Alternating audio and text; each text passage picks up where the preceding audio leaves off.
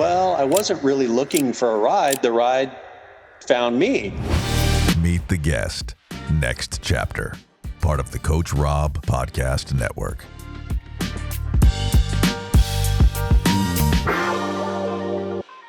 Welcome back, everybody, to the Coach Robb Podcast Network. Another episode of Meet the Guest, and I'm literally getting goosebumps, literally. I am so excited to introduce my guest today, Mr. Billy Griggs. We call him Mr. Bill. How are you doing this morning, my man? I'm good, man. Great to be here, and appreciate you having me on. Absolutely. For those of you that know my background with BMX, it's a very important part of my life. Not because Billy is with me here live, but I will tell you that I never once beat Mr. Billy Griggs. I could tell you all the butt patches he ran. I could tell you the cool helmets he had customized from the back. Only got to see him in the front when he was on the cover of all the magazines and in the magazines. So I'm extremely honored. Billy Griggs, in my opinion, I put him up as one of the classiest riders. He and Mike King, I don't think I ever saw a blemish on a helmet. I don't think I ever saw gear that didn't match with the number plate. I don't know. Billy, it's an absolute honor, and what you represent in the sport of BMX is, it goes without saying. So thank you so much for joining us. It's my pleasure. Those are very kind words, Rob, and I appreciate them very much. No, absolutely. And I say this very humbly. I tried my tail end off, but I can list about 5 guys that I'd never, ever got in front of. Yourself, Mikey, Mike King, Richie Anderson, Doug Davis. I've got one picture in BMX Plus where I'm literally side by side with him, and I think that was as close as I ever got to Doug at a Sarasota round. They were making fun of me. It was an article on maintaining your bicycle, and they said maybe I didn't have a national number yet. It was 41B, my first MBL number. It says maybe 41B's brakes need to be readjusted.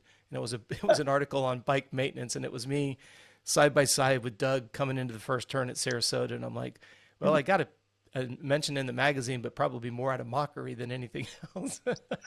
So, and then yeah, well, those names you mentioned were tough for me to ever get in front of as well. So you're not alone there.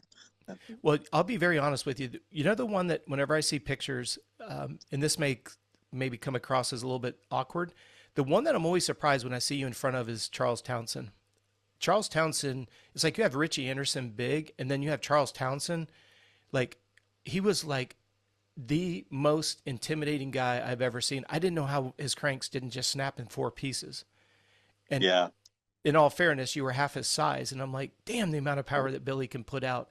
You know, you and Mikey with your ability to spin and stay low on everything. And whenever I see you in front of Townsend in the pro class, I'm just like, golly, that's just next level power. So props to you, brother. Yeah, there was a handful of guys that were very big and had a lot of power, and I liken them to like a V8, and guys like me and Mikey, Eric Carter were like turbo V6s, Yeah. So. Yeah, see, I never got to race Carter because he was a couple of years younger than me, and I only made it to be pro. I raced Worlds at 86. I did make the main, but then I flipped over the gate like an idiot. But I did make Worlds in 86 in the pro class, but I never got to race Eric. But again, another one that's just smooth as butter. It's just amazing to watch you guys on a bike. I could talk about that all day long. I remember being on the side of watching you and Mikey come over the NBL Grands in Kentucky, that first roller.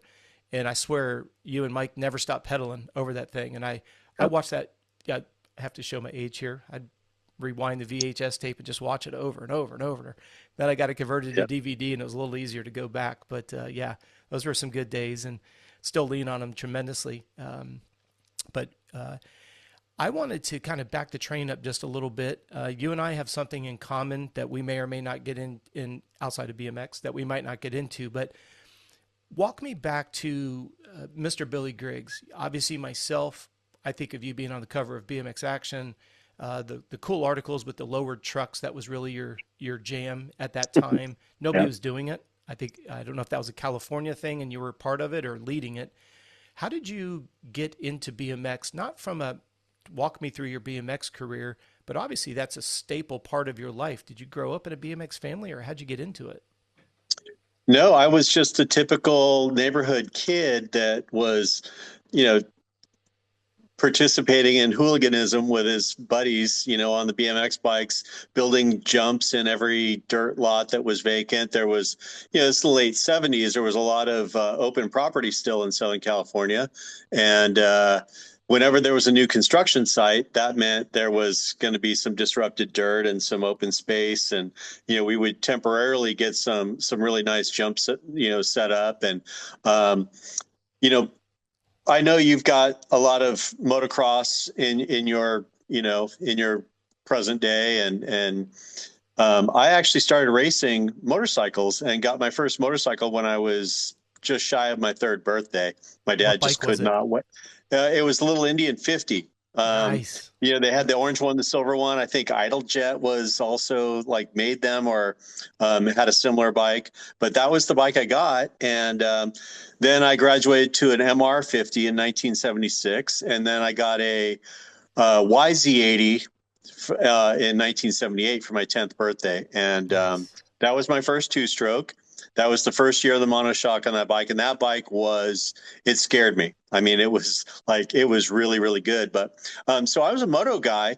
And the point of that is that my dad was an over-the-road truck driver. So he would be on the road for, 2 weeks at a time and then maybe home for 2 weeks or a week. And so my ability to go ride moto as frequently as I would have liked to didn't exist. So, I mean, I was riding or racing, maybe once a month, and that just wasn't enough for me. So I did the typical BMX kid thing, which was try to emulate motocross. And that was how BMX really got on my radar, was because I loved riding motorcycles and didn't have the ability to ride the motorcycle as often as I wanted. So I filled the time when my dad was on the road pretending I was on my motorcycle on my BMX bike. So that's what eventually led me to organized racing, at the Orange YMCA in January of '81.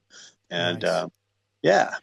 What would have been the local motocross track for you to go watch some racing? Because in California, you guys could go to race. Saddleback. Oh, yeah, gosh. Saddleback. And interestingly enough, we would go ride motorcycles at Saddleback, and they had a BMX track, big downhill one, 2 different starting hills on it. I mean, it was pretty intense looking, and I had no real interest in riding my BMX bike on that track.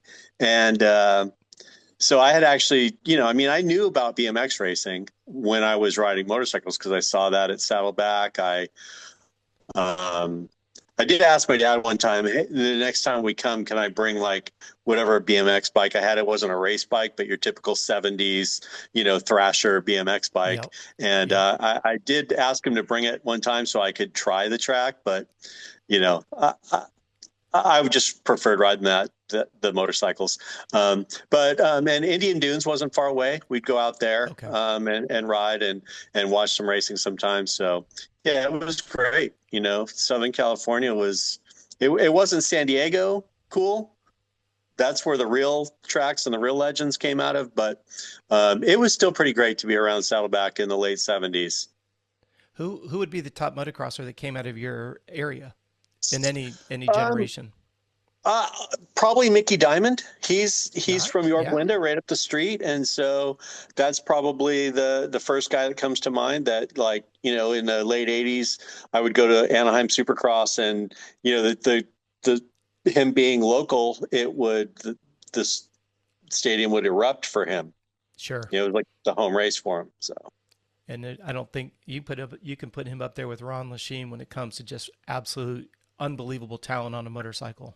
I mean, Ronnie was pretty incredible to watch. I mean, that whole era was really amazing, and I still have great memories of the smell of two-stroke and Anaheim, Supercrosses, and at that time in the late 80s, being a pro BMX racer, I mean, that was just everything we hoped we could be, that BMX could be at that same level. Absolutely. And of course, then, a few years later, we had our BMX buddy, Jeremy McGrath, start his career in 93. And, we all know how that went. Well, I've made the joke that because he was a BMX kid that went moto. Yep. And I was the opposite. I was a moto kid that went BMX.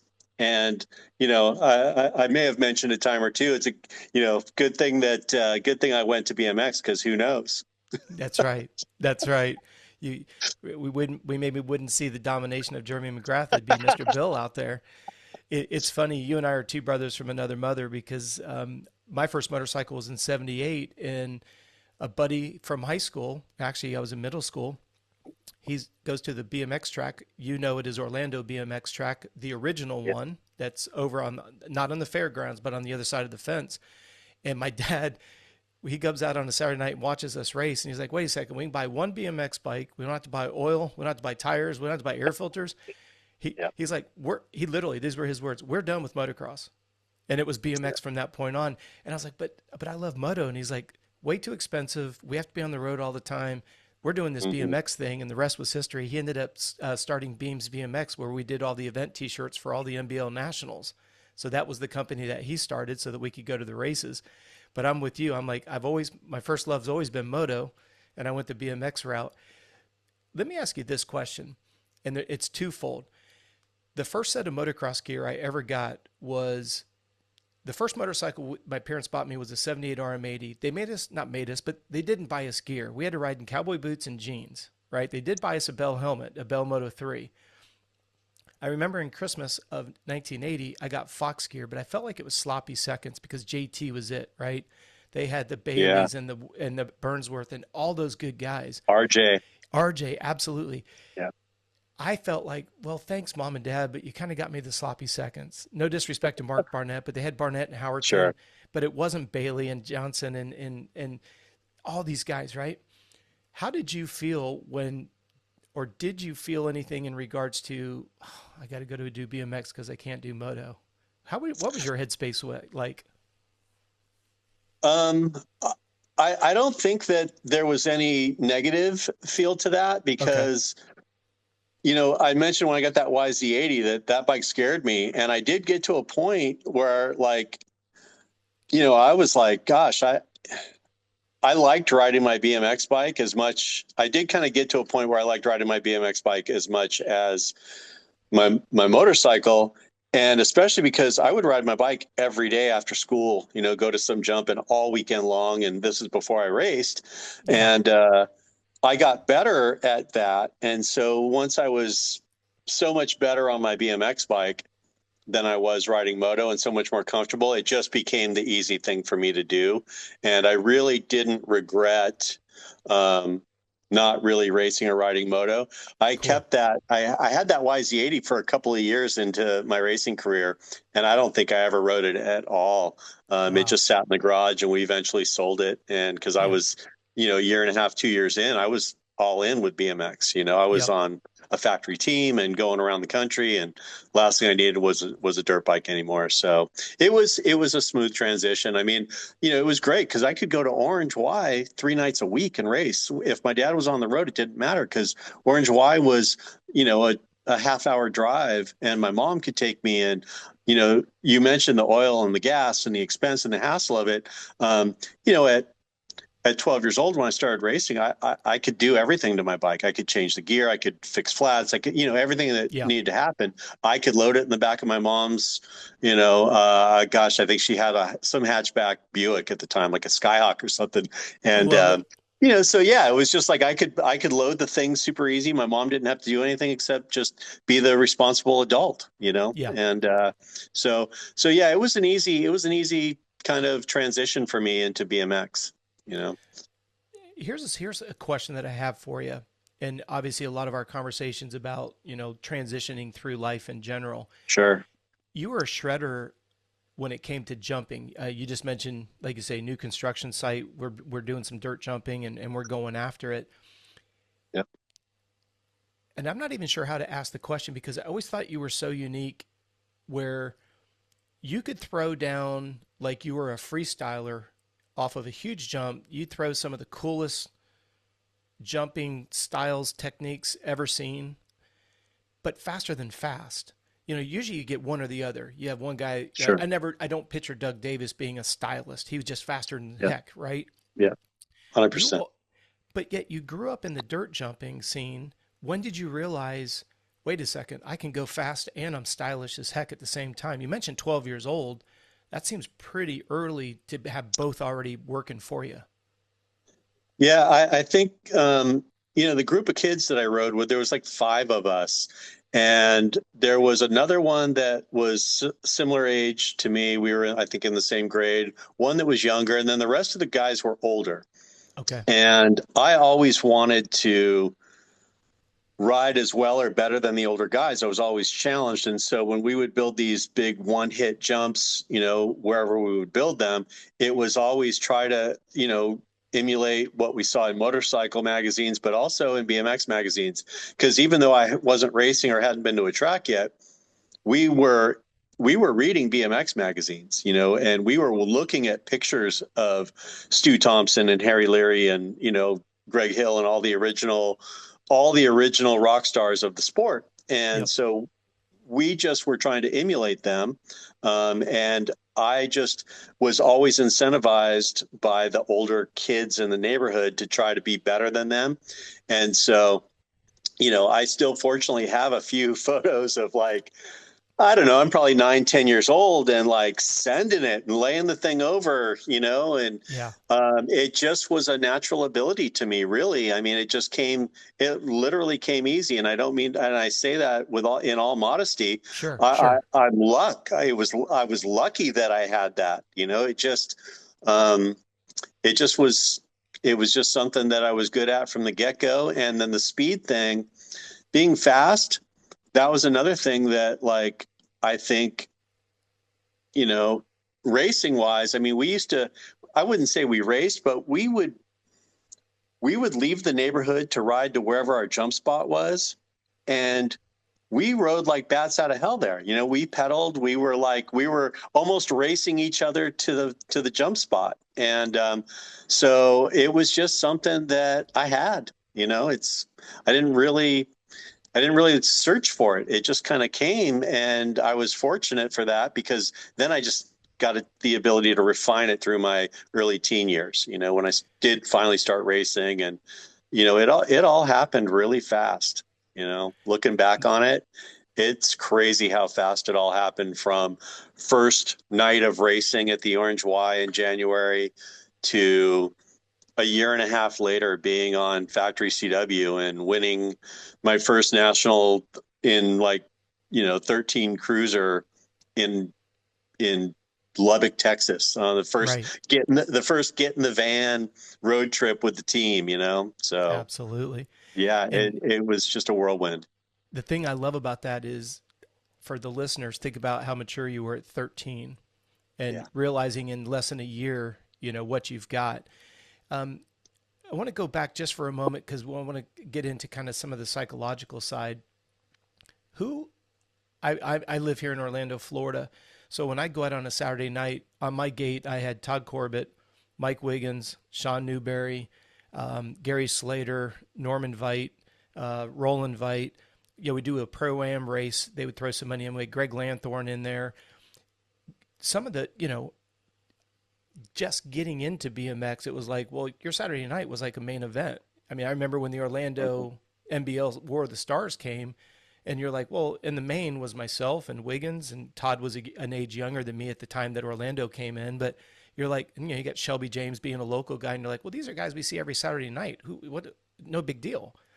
Who were the big heavy hitters that you had to race against there at 12 years old that were already maybe in the sport for a couple of years, or were you already the fastest guy? Like, you were talking about training with or jumping with the bigger boys. You find yourself racing the bigger boys as well? Not really. Not until I turned 13. I started at 12, and I turned expert inside of about 3 months. And in California. I went through the beginner and novice programs pretty quick and got into expert. And the open class, when I was novice, my dad always put me in the 11 and 12 open.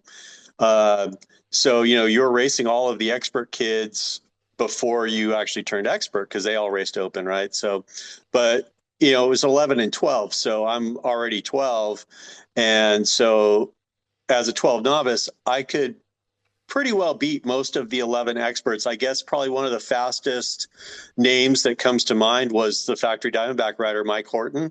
He's Okay. 11 expert. And as a 12 novice, I beat Mike Horton, not for the win, but like I finished ahead of him a couple of times. And I think that was a big deal because, I mean, he was a factory Diamondback 11 expert who'd been racing for a long time. When I finally did turn 12 expert, what was interesting was that whole field of local 12 experts, you know, here I am a new expert, but I've also only been racing for, 3 months. And so not only am I a new expert, but I'm new to BMX in general. The guys that were winning 12X and the most competitive, they'd been experts since they were 6, 7, 8 years old.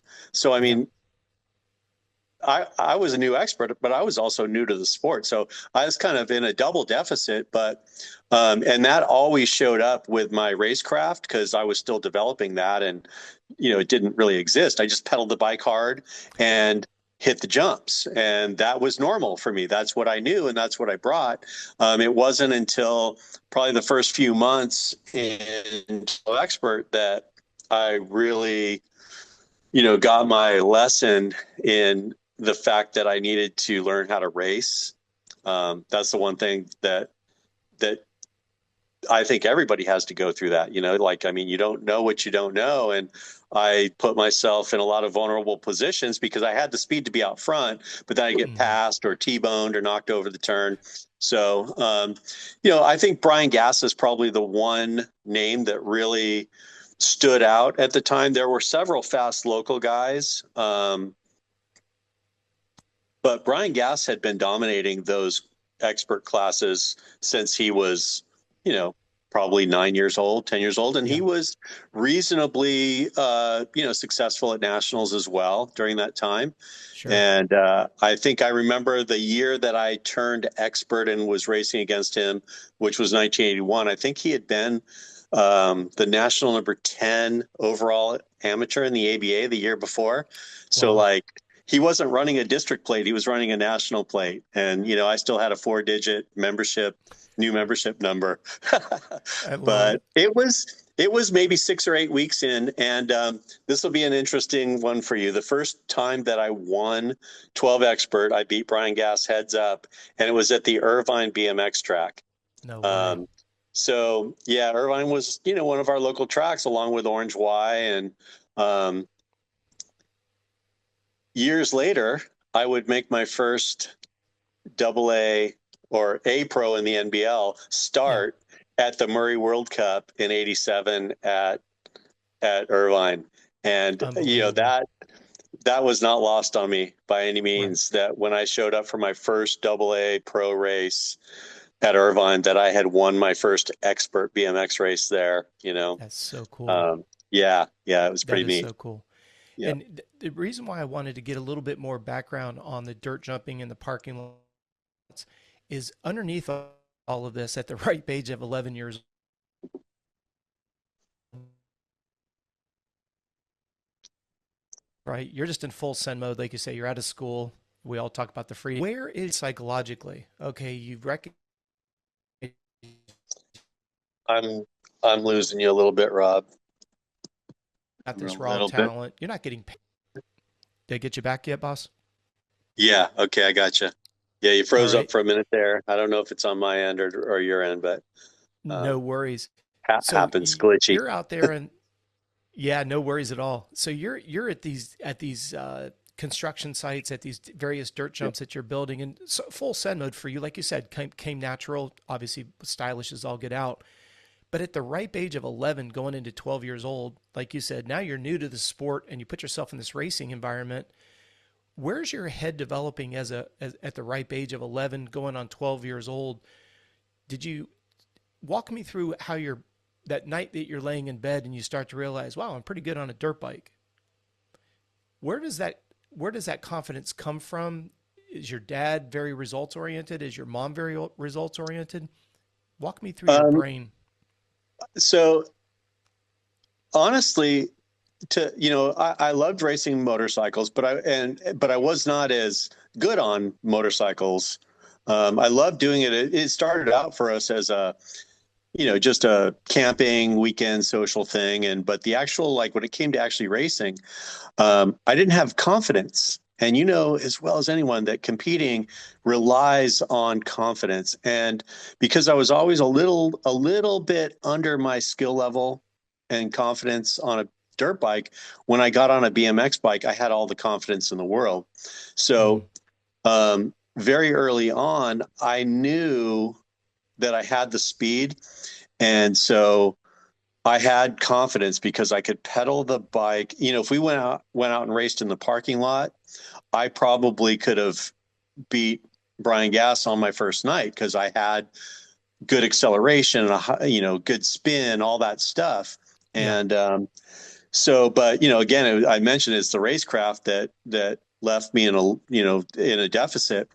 But I think that when I was young, there was really nothing that I was very good at. And so because I was okay at baseball. Like, when I say anything, I mean like stick and ball sports and stuff Sure. like that. I just, like I was okay at it, but I wasn't interested in it. It just didn't really resonate with me. So I didn't really work or pursue it, or work's maybe not the right word, but I wasn't incentivized to be good at it because I wasn't that interested in it. I didn't enjoy it that much. And for BMX, having looked at the magazines for years before I started racing and knowing what racing was, when the actual opportunity to go racing came about, I was heavily motivated. And while I was intimidated being the new guy, it was the first thing I did that I actually believed in myself that I could be good at it. And that was it. That was the lightning in the bottle for me. Was for the first time in my life, I was super excited about a sport, and I was confident about it because it wasn't, while racing was new, riding my bike was not new. Hmm. And that was where it all came together for me. And does that confidence come from not so much you recognizing that you've got great spin quality? Obviously, technique is there, all the balance on the bike. Where do you see your mom and dad's influence on, like you say, maybe not the best at something, but you at least had the courage to go try? Where did that come Yeah, from? they were just super supportive of everything that I did, anything that I tried to do or wanted to do. They always did what they could to give me the opportunity. Um, you know, they took me, they took me anywhere we wanted to go to start, when I started racing. And when they saw that I was interested in it, they did everything they could to support it, because I think that they were excited. I think for a long time they might have been like, what's this kid going to be into? What's going to Sure. really, like, what's going to motivate him? And I've said this publicly before. When I was a kid, I was a good kid for the most part, but you're a kid, you're gonna get in trouble from time to time. Sure. And because I didn't have anything that I was super, super, I mean, my bike was the thing I loved the most, honestly, that I did. And sure, you get on restriction and you can't ride your bike for a while or whatever. But once I got good at BMX and thoroughly enjoyed BMX and wanted to race every opportunity, then my parents had a lever. They had a lever to incentivize me to do good in school and be a good kid and don't get in trouble, because if you do, you're not going to get to race. And I think that was exciting for them, um, to finally see their kid excited. So I think just there was no like, you have to win, or oh, you sucked because you got last, you crashed, you whatever. Even when I was like making good moves, but they didn't work, and I finished worse than the position I was in because I went for it, but it didn't pan out, Yeah. or I was hole shotted but got past. Like, there was never any negativity about doing poorly or making a bad choice on the track or whatever. Not until some years later when I was good and should have known better. My dad was always he was always fair, but he had no problem telling me when he thought that I was not living up to my ability or working hard enough. I mean, this is some years later. And so he would give me the occasional nudge. I mean, you mentioned mini trucks earlier, and I'll never forget, there was, when I got my driver's license at 16, and you get your first girlfriend, and you're cruising around in your mini truck with your girlfriend down at the beach, and maybe you should be at home training. And he gave me some gentle reminders on occasion that, don't forget, you're committed to these people that support you, the teams you ride for, the sponsorships. It was less about him at that point worried about how I was performing. It was more about him teaching me the lesson about commitment to people. And that really stands out. If you don't mind me asking, because this gets into something that I've studying neuroscience for as many years as I've studied it, I'm going to ask a question, and I promise it's not loaded. Was school easy or hard for you? It was hard. It was hard because I was not focused on it. All I wanted to do was race. And because, through when I got into high school, I was from freshman year, I was traveling a lot, and that was a struggle. And it was always very important to my parents. And I'll tell you this, to Roger Worsham, the owner of CW, that I kept my grades up. He had somewhat of a, he had said, it's very important that you keep your grades up. And if you don't, I'm going to have no problem sticking by your parents' decision to, have you miss a race or two if you need to stay up on your schoolwork. That said, school was, I feel like I kind of cruised through school doing the bare minimum because I was so distracted by racing. I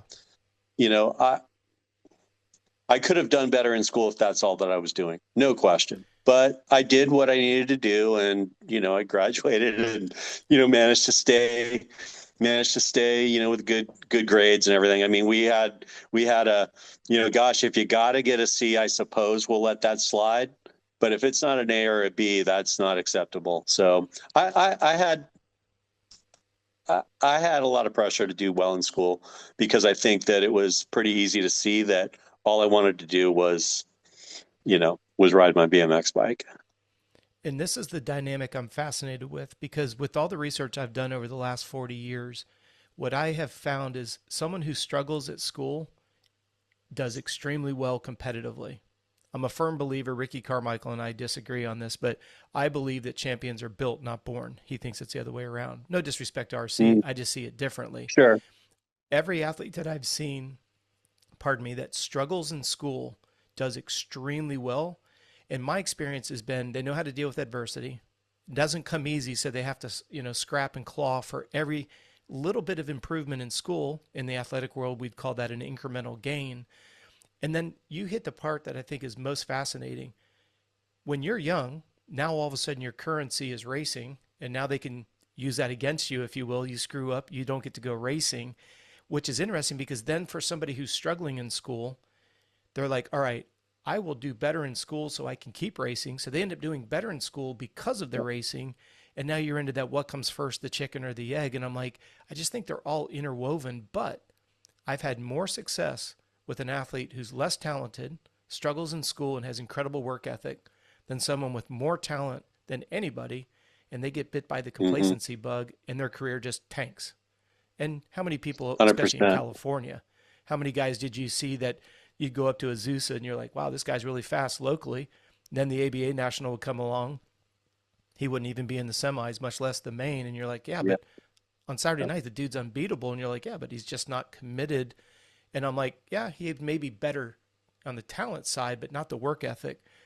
Where do you, because obviously you're very talented, like you say, it just comes easy to you, whether it's going full send mode, being able to spin in circles. So where did your motivation come from? In 1 year, you go from new to BMX. Now all of a sudden you're on CW a year and a half later. Walk me through that right there. How does that transition happen? And how did you handle such an immediate success?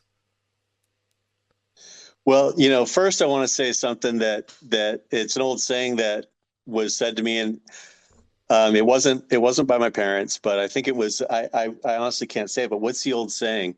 Um, uh, Hard work beats talent when talent doesn't work hard. Amen. Yep. I definitely fell victim to that at some point. I don't think I don't think I learned that lesson really good and hard until my rookie year in pro in 1987. Um, but as a teenager in school, I really I still didn't recognize my talent as enough to get me through without hard work. I had Okay. confidence in my ability. I knew I had better jumping skills and could pedal the bike hard. I knew all that stuff, but I still had so much to prove to feel established. I mean, going back to the kids I raced expert in for my first, few years had been experts for years. And, so I always felt like I was at a deficit. No matter how much confidence I had in my own ability, just my position in the circle of 12 experts on the local scene or 13 experts, and especially on the national scene, I always had a little chip on my shoulder as being the new guy. And I think that kept me honest and firing hard every week at the track and never really feeling like, oh, I got these guys. I just never got there. Yeah. I always stayed a little bit on the hungry side, even though I had plenty of food. Yeah. And I So, love that. yeah, yeah. Not to get too far over the front of our skis. When was the first year you made Terrible 10 BMX Action? When was the first year? That was in 1986, and it was the second Terrible 10 that they had done. They did that Okay. original one, I think it was 84, Yeah. and then Terrible 10 was 86 for the second version of it. Okay. Yeah, And how yeah. many consecutive years did you make that? Well, I only made it the one year because I wasn't really considered for it in 84. I think I was still too young. If you look at the ages of the Yes. Terrible 10, it was typically that older, like the oldest amateur Yeah. kind of, you know. And Far so side, the so Anderson, those yeah, guys. so exactly Richie Anderson, Eddie King, Dee Dee Yeah. Leone, Far all that side. first class, I was not old enough or certainly not established enough probably Okay. to be there. And then in 86, that was my last amateur year because I turned Gotcha. pro in 87. So that was the Okay. only year that I was in it. But that was an incredible honor. To this day, that's still one of the things, I'm most proud of in my Yep. amateur career. Yep. Because, I mean, if you think about that, you got to pick BMX Action Magazine, which is like the total, like they are the authority, they are the Bible of our sport. And when you have 10 experts that are going to be included in this, that Hmm. to me that's an incredible honor. And I, I still love looking at that photo every so often too. yep. It looks like casting for a John Hughes film when you look back Absolutely. at it. Absolutely. So yeah, it's Well, and pretty for neat. myself being an East Coast guy, you look at those riders and this is not, woe is me, but you look at that and you're like, those are all California dudes. Those are the Hmm. baddest of the bads. Yeah. And I remember when I got picked up by KHS and Turnell Henry was our pro, and they did a photo shoot and they flew us out there. And we did Azusa on a Wednesday night, and a guy that's literally in jeans and a wife beater t shirt, the gate drops and he's 4 bike lengths ahead of you. And you're like, Hmm. wow, Yeah. everybody in California is fast. The reason why I was kind of curious about the Terrible 10 is how old would you have been at Terrible 10 in 86? Um, 16, All right. 17, 17. So I was 17 when we literally, did that. I mean, I turned 18 in 1986, but during that time I was still 17. So, but for someone like myself who's a fanboy of BMX, that progress in 5 years is insane. 12 yeah. years old, you're still dirt jumping, you're going up to the YMCA, and then a Yeah. year later, you're riding for CW. That in Yeah. itself, how does a 12-year-old brain morph into, okay, I'm getting paid to ride my dirt bike that I just started racing, and I'm already considered one of the best in the country? That first year that you rode for CW, what did you end up both AMA and MBL that year? Um, so in 1983, I finished national number 2 amateur. And ABA. yeah, in the ABA, and I had only raced a couple of NBL races. Okay. CW being a big factory team, they had an East Coast team as well as the West Coast team, and the East Coast team pretty much did all the NBL racing. Gotcha. I think in '83, the only NBL race I went to was like maybe one that they had out west. There weren't a lot of NBL nationals out west, but I think there was one or two maybe out here that I did at the old Orange County International Raceway drag race track. They had a BMX track and they had a national out there. Who were you second to I in went to the ABA? NBL. Who were you second to? Richie?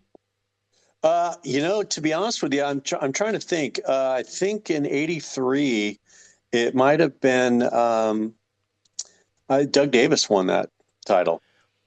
And I don't know Doug's background at all. How many years had he been racing at that point? Just ballpark. Yeah, at least since he was probably 9. I'm really interested to get in between your ears. When does all this settle in? ABA number 2. I mean, being an East Coast guy, we put ABA on a pedestal because I still don't understand how you can go on a random start. It just blows my mind. Like I just being a guy that needs a 4-light system, and I'm a lights guy, I got to watch it, and I just all right, riders. And then the gate drops and your wheel's going with the gate. I'm like, how are you doing this? Yeah. How does your brain process this at such a young age? I love what you said, new to the sport in general. And then you find yourself second ABA against somebody who's been riding almost forever. When does and how does all this start to, I want inside Billy's head a little bit. I don't know if it really impacted me. As the importance of it never really hit me. I think more than being stoked that in such a short term time that I was national number 2 amateur, I was pissed that I didn't win the plate. That's understandable. Right. Like, I mean, that was like, I was up for the cruiser plate that year too. And had some, like, I don't think I ended up making the main, something went sideways in a semi or whatever. And, so like, I mean, I had just remembered like the year before Steve Veltman had won both of the ABA national number 1 plates in cruiser and amateur in the same year. And here I was like leading the cruiser points going into the race. And I forget where I was on 20-inch. I was a little farther down, like me getting number 2 that year. It had to do with racing circumstance that other people, I mean, the BMX has always been such a like one race title sort of, the grands, you can make up or lose so much at that one race, regardless of what you did all year long.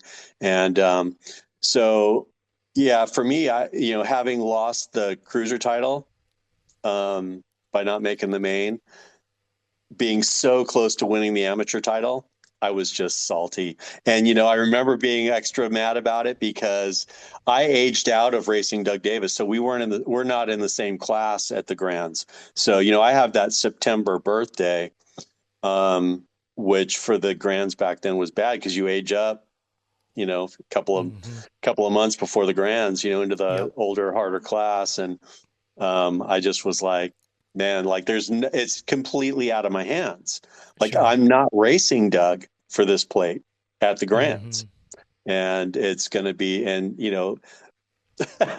I mean, nothing's ever easy, but you're like, man, he gets to still be in the, he still gets to be in the lower class at the Grands when all his competition's aged out. Of course he's going to win the Grands, right? Like, so would you say that's you used the word salty. Would you say that was your first, maybe even say the most significant disappointment that you had to kind of swallow in the BMX world at that point? Yeah, for sure. And it was the first of many, and how did you manage that disappointment? So you finally, BMX Action's big at the time. He's probably 2-bait spread, ABA number 1, everything that you'd worked so hard for. How do you handle that disappointment? When you're young and you feel like you have so many years ahead of you, and in my particular spot where that was really my first year competing for a national plate, I think once I got home and, it was easy to fall. It was easy to just be okay with it because I had enough people telling me, man, what a great year. What a great year. And I wanted to believe them. And eventually I did. Eventually I'm like, you know what? You got plenty of opportunities. You're still so new. Be happy for Doug. He's worked so hard for so long to get that plate. And, you'll have the opportunity. And I did have more opportunities, so.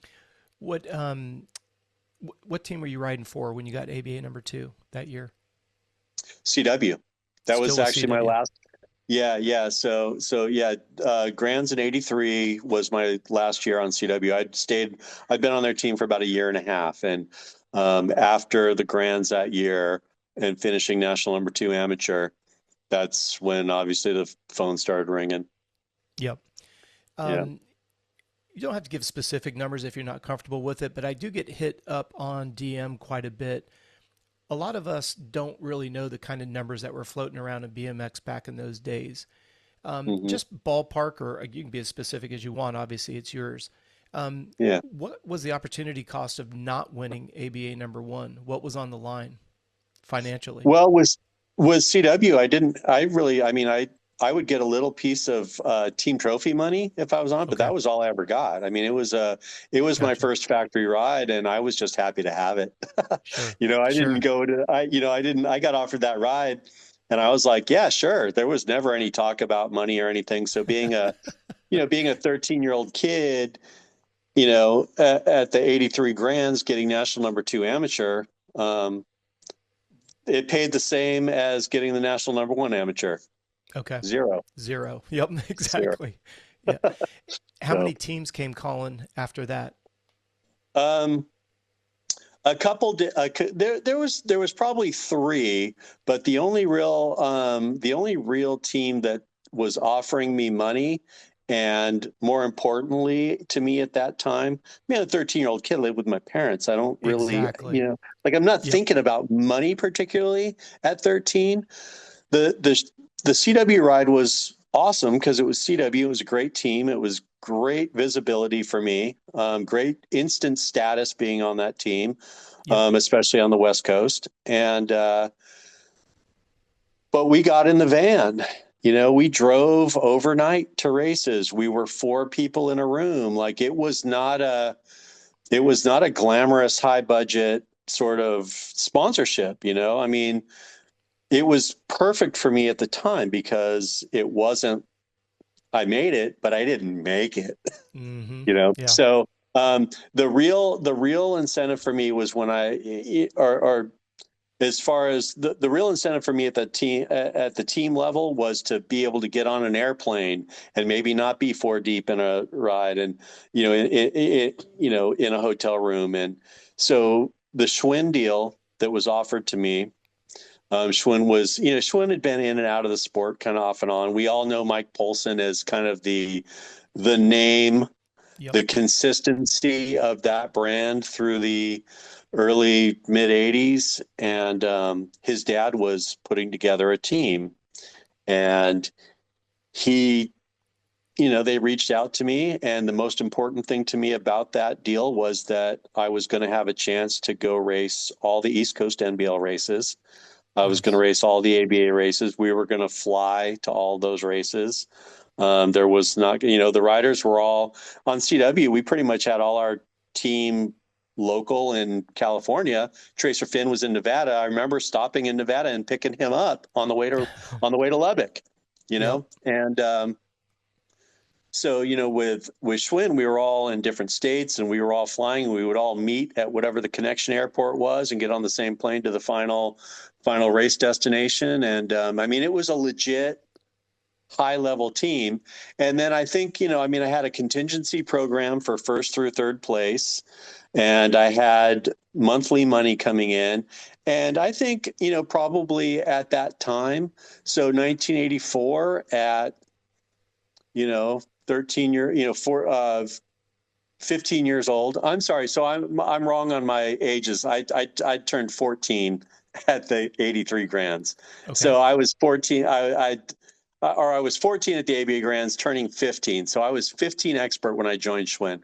Sorry, Okay. the old brain gets a little Yeah, fuzzy. no, it's all good. It's all good. Yeah. But so for a 15 expert,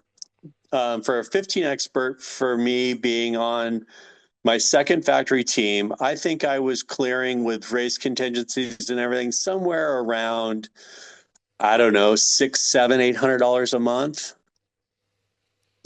Depending on how well I did with my contingencies at the races. But there was no magazine contingency. It was just race contingency and, a few $100 a month. And then whatever I made on the race contingencies. And what's cool is this is 3 years after you started. I still go back to Yeah. that 12-year-old age in 3 years Yeah. to come Yeah. that far. Right. Now you're jet setting around the country. You're racing East Coast and you're racing the West Coast side of things. And this is always a difficult question because it makes me ask you to be arrogant. So I'm not asking you to be arrogant. When did you realize, all right, I'm the real deal? I mean, you have 3 teams that are after you, whether it's salary, bonuses, travel. Like you say, at 13, 14 years old, probably, or 15, your parents are probably doing most of the decisions for you. But when do you lay down in bed and go, I've made it? I know you haven't gone pro yet, but you're one of the dudes. Yeah. Going back to the still feeling like the new guy and that keeping me hungry, that Schwinn ride, and then eventually that fell apart, and I wound up riding for Mongoose about 6 or 7 months into that Schwinn deal. And that was based solely on my, nothing to do with the team or the teammates or whatever. It was just the bikes that they were having me ride they were just horrible, and it started affecting my performance. And I started getting really kind of like worried at that point because I had just left CW and now I'm on Schwinn, and now I'm going to leave Schwinn. Oh, well, they gave me an ultimatum, and they're like they're going to fire me or I was going to quit. And so, we just kind of mutually parted in that situation. So I didn't feel established by any means at that point because, here I got this offer to ride for Schwinn. The equipment, which was my only concern from the get-go going in, and some promises were made that were not fulfilled. And that was another hard lesson that my dad helped me through, was that, I had been incentivized to honor my commitments to people at a very young age. But at this point, he was completely on my side. He's like, if you want to quit this team because you want to ride the bikes that you want to ride, you want to win races. And they, you had this concern going in. You voiced your concern. They assured you it was going to be fine. And then when it came down to doing it, they didn't do what they said they would do. And he said, my dad told me, he's like, you do whatever you want to do here. And, nice. Yeah. I mean, he's like, you're being done wrong. So he probably leaned on the side of tell them to go F themselves. Sure. Now, did Mongoose match what Schwinn was paying you, or did you have to take a step down? Yeah. So that was so getting to the point of, getting to the answer of your question, I felt like Schwinn they hired me, but then they didn't do what they said. So the last thing I felt was established and worthy because they reneged on what they promised me. And so I must not have. So I must not have been good enough for them, in their opinion, to, I'm not worth it, right? They're willing to let me go before they're willing to build that custom frame for me or let me continue to ride the one that I had built on the side on the down low. And, I was like, okay, well, I guess I don't have the clout that I thought I had. But interesting about that situation leading into the Mongoose opportunity was when I first showed up at the World Championships in Burbank at the end of '83, which was the next race after the '83 ABA Grands. I show up in a Schwinn uniform, and Brett Allen, who was the Mongoose team manager at the time, and also racing in the older cruiser class, and was the guy who'd actually won that cruiser title, in 83 at the Grands, after I didn't make the main, basically handed it over to him because he was like the dominant guy in the older cruiser class. Those classes back then there was one or two guys that were racing it out, and the rest of the dads out there were just struggling to stay upright. And so Brett had won that title, and we had when you're going into that race and you're a couple of the guys up for the title, you get, the press is talking to both of you and you're being talked to together and stuff. So I'd actually gotten to know Brett a little bit through that process.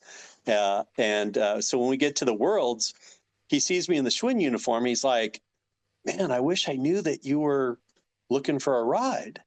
And I'm like, well, I wasn't really looking for a ride. The ride found me. And, for whatever reason, when Schwinn came calling, they were the player, they were the player.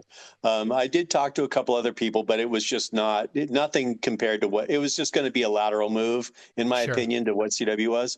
And, Mongoose was not, Mongoose didn't come talk to me, but when Brett saw me, and he didn't come talk to me out of respect for Roger and CW, he wasn't interested in poaching me because, he didn't think I would probably want to leave CW. So he said to me, he's like, and, Brett had been around BMX for a long time at this point, and I think he had seen the ebbs and flows of Schwinn and their sort of fickle nature of being in the sport, out of the sport, kind of whatever. And he somewhat prophetically mentioned to me at the end of our conversation, well, if this doesn't work out for you, please let me be your first phone call. Nice. And so I think that was something that gave me some confidence back, falling back on him saying that to me when I thought Schwinn was sort of, feeling like, okay, yeah, whatever, take him or leave him. If he's not gonna conform and ride a Sting or one of these junky Predators that just came out, let him go. Sure. And then, so in the back of my mind, I'm like, you know what? I'm going to give Brett that call. And sure enough, he had no qualms about matching exactly what Schwinn was doing for me. It was essentially just send over, the terms of your deal with Schwinn and we'll match it. And so, that was a big boost in my personal confidence. Getting on Mongoose and then the time spent on that team was really a great opportunity for me because I got to be around some really great legendary riders on that team. Not that CW didn't have great riders and great teammates, but these guys had a little more established careers. I'm teammates now with Eric Roop, and again, Brett had been around the sport for a long time. And I just felt like, there was a lot of other riders. Mongoose had that the Blue Max sub brand, and they had riders on their team. And I think at one point we had between Blue Max and Mongoose at some point in the year, we could fill half of a main event with Mongoose and Blue Max riders. And so there was that internal competition too, And again, Brian Gass, another guy from way back in the beginning who I've mentioned, he was on Blue Max at that time. Right. Yeah. And so now we had been fierce competitors through my whole come up in the sport. And now we're teammates, same brand, same company, different brands, but we're essentially teammates. And we had Todd Henry on the team who was a little older than me, so he would age out of the class. And then, it was a really, really good time being on Mongoose. I mean, that's really, I'm a 16-year, I was on Mongoose, for 2 years. And those are highly developmental times for you as a teenage boy. Aside from BMX and how you're doing in the sport, you're just, you're getting your driver's license, you're getting your first girlfriend, you're you're getting close to grad, you're starting to look at the end of high school, just such a time. And, being on the road, teammates with John Tomac, and the ability and time to spend, there was never a surprise to me that John Tomac would go on to the successes that he had. And of course, now the success his son has, that legacy and lineage, he was one of the most focused, dedicated, you know, teenage boys I'd ever spent time with. I always go back to that. We were teenage boys. We're Mm-hmm. 15, 16 years old on our first summer tour together, Yeah. and while we had a lot of people and we were all carrying on and goofing off and being silly teenage boys, but John was always dead focused on the goal. And not that he was a stiff, Mm-hmm. but you knew what he was there for Yeah. without question. So that Well, that was that was a big lesson for me, being around him. oh, I can only imagine. And I Yep. just remember when here he was number one and he just bounces and goes to this new sport called mountain biking. And everyone's Yep. like, what is he thinking? What is he Yeah. doing? Of Yeah. course, I was now one we of look them. back. Yeah, Yeah. we all I did. was We one of all were them. like, Yep. what is going on? Yep. When you just brought up something in that last conversation point where you didn't have confidence because you felt like you got kind of dismissed by Schwinn, then it kind of takes a pendulum swing. You get the opportunity for Mongoose. You mentioned you've got Tomac and you've got Roop on there. Who else was on that Mongoose team that year when you first came on? Well, we had Kenny Amen from Okay. Yep. Highland, New York. Todd Henry, I mentioned, was on the team. Kareem Richardson. Yep. And then the Blue Max team had Mark Lopez from Florida. Brad Bowl from Wisconsin for a very brief period of time, but another guy, Mike Monell, Fred Johnson, who was a Las Vegas, guy. So there were, what was great about Mongoose and my teammates was that there were older guys, but then I had enough younger guys to not feel like the kid. Yeah. Like, I was comfortable with enough teammates around my own age, but still had these adults, whatever, they're Yeah. 20 something, mid Yep. 20s. Sure, they're adults, but when you're 57 and you look back at that and you're calling a 20 something year old, it's kind of funny. Yeah. But yeah, I mean, like I learned a lot of things in that era. Such a developmental time in a young man's life. And it came without any real consequence. I mean, I was so lucky. I mean, when I say that, it doesn't mean we didn't get in trouble for smashing up a rental car every once in a while, or, having Skip Hess actually call my dad and have a conversation with him about some of the things that were maybe going on. You know, but it was a perfect mixture of learning responsibility, Mm-hmm. not losing sight of the goal, but having a lot of fun and making lifelong memories as well. I mean, it was really I have said this recently publicly that my time on Mongoose is probably my favorite time as an amateur on a factory team.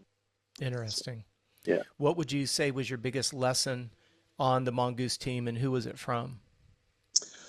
I'm just going to speak frankly. Yes, please. It was from Marvin Church, who's a legend in BMX. We Yep, know him absolutely. as one of the very first pioneers of the sport. And he was on the team racing and kind of helping Brett Allen as a co-team manager. And I learned very sternly and quickly that destroying rental cars is not a great way to keep your sponsor. Mm. So, Marvin launched a rental car with me and Brian Gass in the car with him, and we were encouraging him to do it. But he launched this rental car off of a steep set of railroad tracks in Rockford, Illinois, and ripped the oil pan out of it, just completely destroyed the car. And ultimately, that was the phone call Skip Hess made to my dad. Mm. So, but yeah, so I mean, getting in trouble with Marvin Church was kind of a real lesson. I also, I also was, I also was arrested with John Tomac in a in a rental car Mm. for doing some, you know, donuts in a dirt field. We got taken to jail, and that was an interesting lesson. Did you spend the And night? no, no, no. They were able to they called the hotel and got a hold of Brett. We weren't even supposed to have the rental car, and we Brett was able to come and get and talk to the police department and get us freed up. So, and one of our other team cars, it wasn't just me and John. One of our other team cars had a couple other hooligans in it as well. And so, yeah, I mean, those are. I mean, if you don't make mistakes, how do you learn, right? Amen. And you know, you're trying to have fun. There's a point where you are starting to, you know, to counter some of the I'm not sure I belong here. I'm still very hungry and modest to, hey, now I've made it. I've had some success. I'm on a big team. John's got the keys to the rental car, and so does somebody else with the other car. I didn't have a driver's license yet, you know, but I was driving it, and you know, I had a learner's permit. You know, I had a learner's permit, but you know, we were doing donuts in a dirt field in a spot that was too close to visibility, and you know, it's just one of those life lessons. So Absolutely. yeah. You said Mongoose was the last team you're on as an amateur? No, well, so kind of yeah, because as far as a team and being around an amateur team, so the Mongoose ride fell apart when Skip sold Mongoose, which Okay. was like the NBL Grands in '85 ended up being my last race on Mongoose because we had been notified that the team was going to be disbanded because the new owners of Mongoose were they were not going to have an amateur team. They were going to retain Eric, and that was really it. And so, you know, at that point, the the word of Mongoose being sold had circulated around the industry, and that they were disbanding the team. And at that point, I had two viable options. I had been, you know, Mike Miranda, my former CW teammate, was riding for Hutch at the time. And so he had reached out and talked to me about coming to ride for Hutch. And at the same time, Steve Guyberson, who had been the editor of BMX Action magazine for a long time, had been hired by Lynn to come and kind of rebuild the Redline brand. They were changing their uniform and going to put a new team together and all these things. And so when it was all said and done, the you know the Redline opportunity gave me a little bit more monthly security in the way of salary. The Hutch deal that was being offered to me, I probably could have made the same amount of money overall or close to it, but it was heavily incentivized by photo contingencies. And that was a hard thing to do. I mean, I was getting good magazine coverage, Sure. but you still ultimately, like, if it's a performance bonus, that's within your control. Mm-hmm. And the offer from Hutch had so much to do with chance of being in a magazine, right down to like the size of the photo and you know, is it a full page color, is it a, you know, quarter page black and white, whatever. I mean, there was so much involved there, and it's like that's too much stuff that's out of my control. Like I already Sure. feel like I'm doing a good enough job, and I went back, you know, of getting in magazines, and I would Mm-hmm. go back and like when I was thinking about if that was viable, because to be honest with you, I think in my heart of hearts, I wanted to be teammates with Mike again, and I wanted to be on Hutch. Like I thought I was a fan of Hutch, you know, Mike Absolutely. Miranda, Timmy Judge, they were stylish riders. I saw that as a possibly really good fit for me. The bikes looked great to me always. But when I went back and reviewed like magazines, all three of the major magazines from like the last 7 or 8 months, and I started looking at what my coverage would have netted me if it was to duplicate the following year on Hutch, and it just wasn't enough money. It just wasn't enough money. So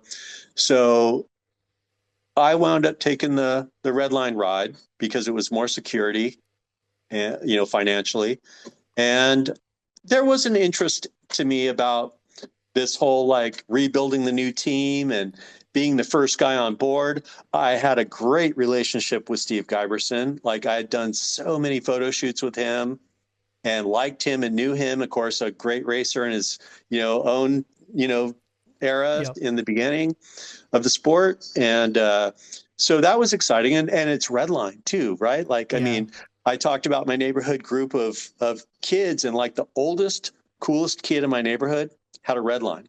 Yep. And I looked up to him. Yep. I looked up to him.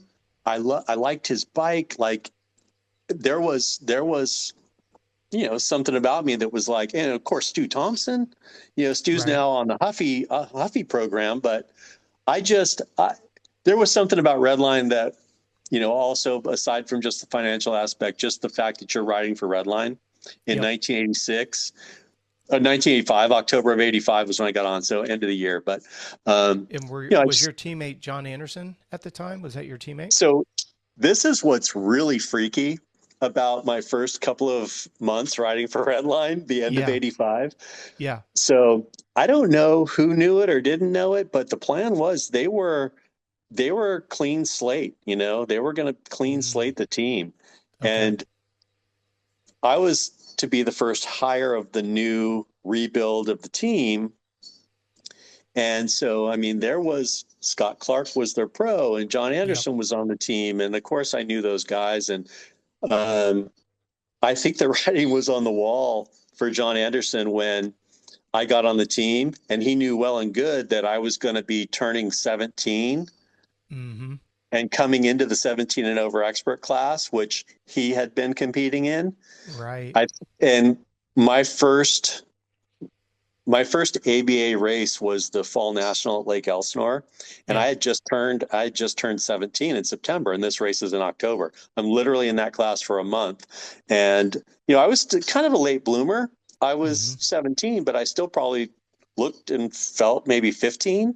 Yeah. And now I'm in this 17 over expert class, and I'm racing Charles Townsend and Rick Palmer and guys that are 2.5 years older than me, and have beards, and I'm like. So, but I wind up winning that 17 expert main, and John Anderson got second. And then, it was shortly after that, I think even before the Grands that year, that they gave everybody the, their slip, their pink slip. Yep. And so here I am, ready to be the first guy on a new amateur rebuild team, and we're going to go after all these team trophies and all this stuff for the next year is kind of what the plan was. Sure. And then lo and behold, Greg Hill closes GHP at the end of 1985 and winds up on Redline. So when Greg Hill suddenly became available, Lynn, who had worked with Greg in the past, had Greg come back and ride for Redline. So, and at that point I'd already joined the team. So, I don't know if I would have been offered the ride, maybe not, if I'd not got it when I got it, given Greg coming and whatever expense and budget that entailed. So, Steve didn't even wind up working there much longer. Okay. So like kind of that plan that I was hired under completely made a U-turn. Sure. To me, just being teammates with Greg Hill for the next, for the next year. And that deal with Greg kind of fell apart towards the end of the year. I think he finished the year, but then he went and rode for Robinson in 87. And then that opened up the slot for me to turn pro. Okay. And which was great because that was the plan. And that was not something I didn't think about when I got on Redline. Was I had said, look, I want to turn pro by I'll race amateur one more year and then I want to turn pro. Sure. I'm going to graduate high school. I'll turn 18, all that stuff. And so I want to turn pro. And then I'm on the team with Greg and I'm like, I don't know how that's going to work. Maybe, and in my mind, I thought, it'd be fine if, I'm the rookie pro and Greg's the seasoned vet. That'll be good for both of us, right? Like, I Sure. mean, Yeah. I couldn't see how it wouldn't. And so it didn't wind up working out with Greg, and then I wound up carrying the flag as the sole redline guy for, pretty much until about 1990. Wow. So those redline years, and we also had a ownership change from the original Incaston, redline to Seattle Bike Supply, becoming their primary house brand, Yep. and that was great. But it was just different, I mean, I'm just riding for. They were great to me, and Sure. I have no complaints about Seattle Bike Supply and Chuck Hooper. They were awesome to me, but it was just, you know, it turned into something totally different. But aside from all that noise, I'm turning pro. I graduated high school. I'm focused on me. As long as that check Sure. comes in and I've got what I need, I don't really care about, what the ownership of the company looks like. As long as I'm solid and the money's coming and I'm going to the races, I'm good. So, Yeah. um, yeah. When you go back, just ballpark, you don't have to give specific numbers. When you sign with Redline, ballpark, what was that? What was that worth per year? Just ballpark. Per year, I don't know. I think I probably made, I don't know, maybe 25 grand or so, So 20 grand, 25 grand, something like that. when you It, look at it that, wasn't a whole lot of money as an amateur riding for Redline. I mean, it was barely a little bit more than it was going to be to ride for riding for Mongoose. Because it and was that, just kind of again, it was another. I was not in a bargaining position hmm because my sponsor had just fallen off. And the only right, other viable opportunity I had at Hutch was not enough. I mean, I'd have to go back and look. I mean, maybe it was a little more, give or take, a few sure, $1,000 here and there. But I was living at home still with my parents. And the funny thing about it was I cared about making the money at that point because I did have a few of my own financial responsibilities. I'd purchased a vehicle and I was paying the insurance on that. Of course, I was trying to save money. And I had my own phone line at my parents' house, that was that big. I had to pay Yeah, for. So, and calling long distance to my friends around the country was not cheap back then. yeah. So what a thing to think about now. Um, but yeah, I mean, it was, again, I was so just happy to land on another team. I just felt like, the rug had pulled out from under me a couple of times now, right? Like, I And mean, that, the Schwinn thing falls apart. I get on Mongoose. Mongoose gets sold. The rug gets pulled out from under me there. So, like, when I went to ride for Redline, again, I didn't have really a bargaining chip. They weren't, wooing me from another team. So, right. I was kind of just taking what I could get, and I just wanted to make sure that, I could still go to every race. And And that's why I so, asked the question, because if the listeners are paying close attention and you look at this timeline, stuff's happening really quick. It wasn't that long ago mhm. you were 12 years old, dirt jumping in Yep, a construction sure, site. Now you're yep, 17 going into 18. You've been with three big teams. Things have gone south, not because of your own fault, not because your performance was subpar. It's circumstances and situations. How do you continue 100%. to get up every morning and deal with that disappointment, knowing it's not your fault? Well, being negative about it and letting it affect my drive to win and be competitive, that wasn't going to make it any better. That would only Mm-hmm. make it worse, right? So, like, I have no choice. If, in fact, you know it maybe made me work harder in a way because I never did get on that forever team like we've seen some other riders do. Gary Ellis with GT is a great example, right? Like, he Sure. landed at GT and, like, became, like, that was a forever ride for him when he got it. And for me, I never really felt like I got that forever ride. I mean, I never mind felt like it. I never got that forever ride. Sure. And so, that always kept you, working hard and questioning if, when's the next shoe going to drop, Mm-hmm. So imagine in 1988 when, when I'm hearing that Lynn is, in a deal with Seattle Bike Supply, and I don't know the details of that situation. The history says he sold it to them. Some say he owed them money and they acquired it from him. I don't know what the deal was. It doesn't matter. Right.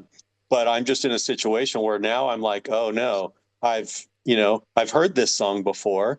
Is this going to be another situation, that's similar? And fortunately, it did work out, to be just perfectly fine. And in a lot of ways, things got better with Seattle Bike Supply. I got to finally ride a bike that didn't have a 5-inch head tube or a 68-degree seat tube angle or a 12 1/4 inch bottom bracket. Sure.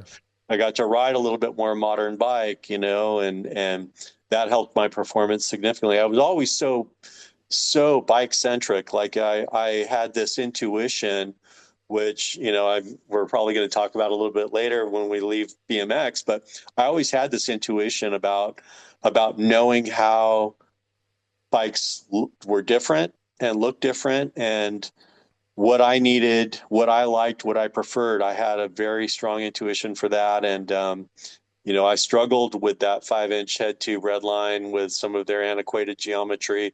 The frames were beautiful. Redline had the best fabrication in the industry, no question. The quality of the fabrication, but, if you don't connect the dots in the way they need to be connected, it doesn't matter how good the tubing is or the welds are or how straight the frame is.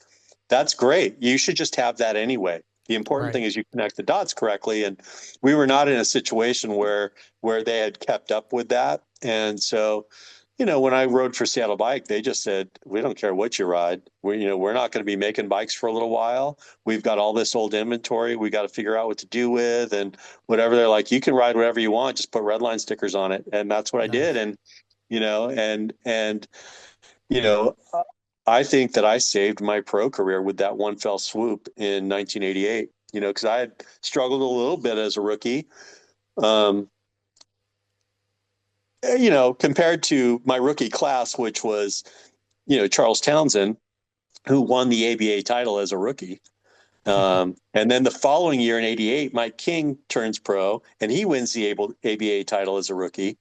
And, so me being in the same, rookie class as them, they set the bar very high for me my first 2 years of pro. I mean, how do you call your pro debut a success when your two, peers that turned pro with you the same year that you've been racing all through amateur win the next two titles as rookies? Like that's crazy. So I was probably doing better than I thought, but comparing myself to that, I was sucking. but I mean, I finished number 8 and number 7. So I made the top 10 my first 2 seasons. So, I mean, that was a success. Absolutely. If not for the guys that, had 2 years in a row winning rookie titles, Yep. So no, absolutely. And where did you bounce to after Redline? You're now in the pro ranks for a couple of years.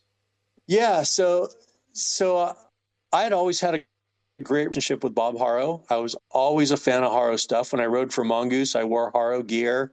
Even in the beginning of Redline, I wore some Haro pants. And so I think that my relationship with Bob Haro was always really good. And he'd always done everything he could to help me in any way. And, he had sold Haro to West Coast Cycle in 1987. And he had a 5-year contract to stay on as the president of Haro Bikes. And in 1990 at the ABA Grands, I had lost the title, but was up for the title, but we had 3 main events. And in the first main event, I got put over a corner in the lead. And it was a great race. Things were going my way. And I pretty much lost the title in the first main event. But I came through and rode the second main event, got a good finish, and then won that third main event convincingly. And when Bob, at the end of 1990, I was not looking for a new ride. at all. I will tell you honestly, I was a little concerned about, SBS was not doing the things with Redline that maybe I had hoped they would do. We had put a team together. That was something that was nice, but like we didn't have a team manager. I kind of just did it off the cuff. Some of the kids' parents, would help out kind of thing. Like, I don't know. I got to a point where here I am completing my 6th year at Redline, not 6 complete years because I joined late in 85, but, I felt like maybe it's time that I shake things up, and for the first time, um, thought to myself, it's reasonable to me that I could see leaving the team. And so Bob Harrow gives me a call after the Grands, and he asked me if I would be interested in coming down and talking to him about riding for Harrow. Now, keep in mind, Mikey King's been riding for Harrow since, as long as I've been riding for Redline. Yeah, and, exactly. He had been teammates with Pete Lonkarevich, and Pete was no longer on the team at this point. He had kind of semi-retired, I guess, maybe for a couple of years. He kind of dropped out of the sport for a little bit there. And Mikey was just riding for Harrow by himself. And Mikey's performance in 89 and 90 had significantly dropped off. And, I didn't think Mike was leaving Harrow or that Harrow was leaving Mike. I had no thought of that ever in my mind when Bob called me. Bob called me and was asking me about coming to ride for Harrow, and we were discussing how that would look, but without me even asking about what's going on with Mike, because I didn't see that coming at all, that Mike was leaving the team.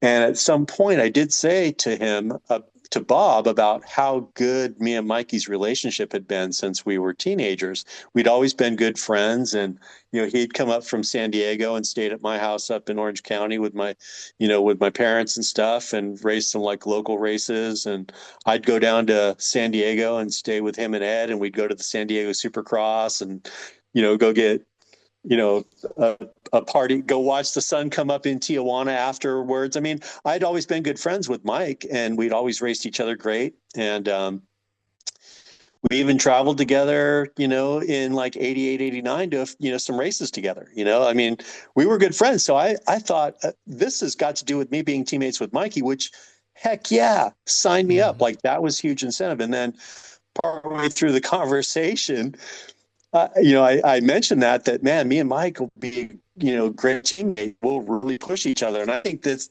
with Mikey's performance being down the last couple of years, that maybe that had to do with the fact he was now the only rooster in the hen house. And that maybe Bob thought, gosh, Mikey needs a teammate that they can feed off each other. And, we've seen that in many sports where, multiple teammates make the program. And, it elevates both of them, both the riders. And so I thought that was going to happen. And then Bob dropped the bomb when I mentioned it. He said, no, he's like, Mike's leaving. And nothing more was said about it. I just was like, oh, wow. Like I didn't ask, he didn't tell. I don't know what their situation was.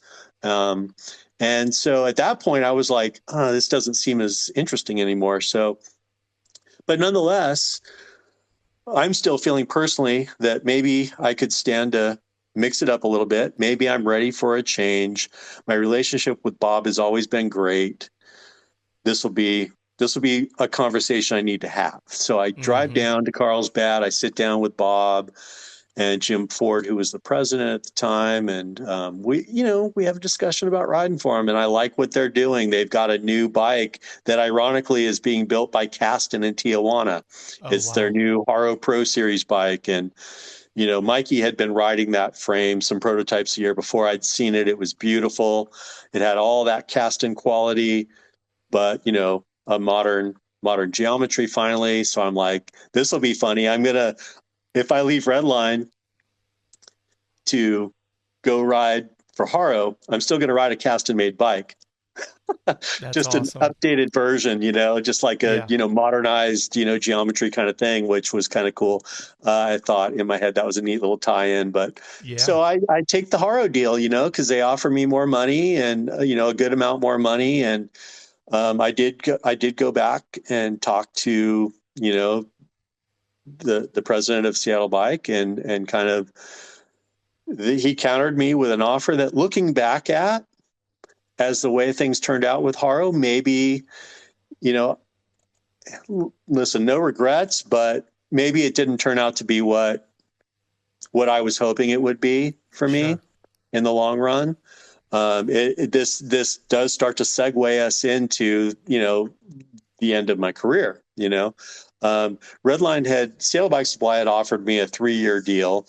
Haro had offered me a 2-year deal that was, like I said, it was a significant amount of money more. And it felt to me like it was finally the payday that, that I was worth and that I deserved. And Absolutely.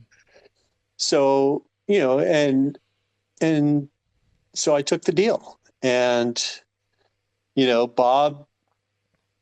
Bob, at the end of 1991, Bob was there for all of 1991. At the end of 1991, he did not re-up his deal to stay on as the president. He had a 5-year, commitment, and so that commitment ended at 1991. And in 1992, with him out, I kind of lost that personal connection that made it so appealing to me.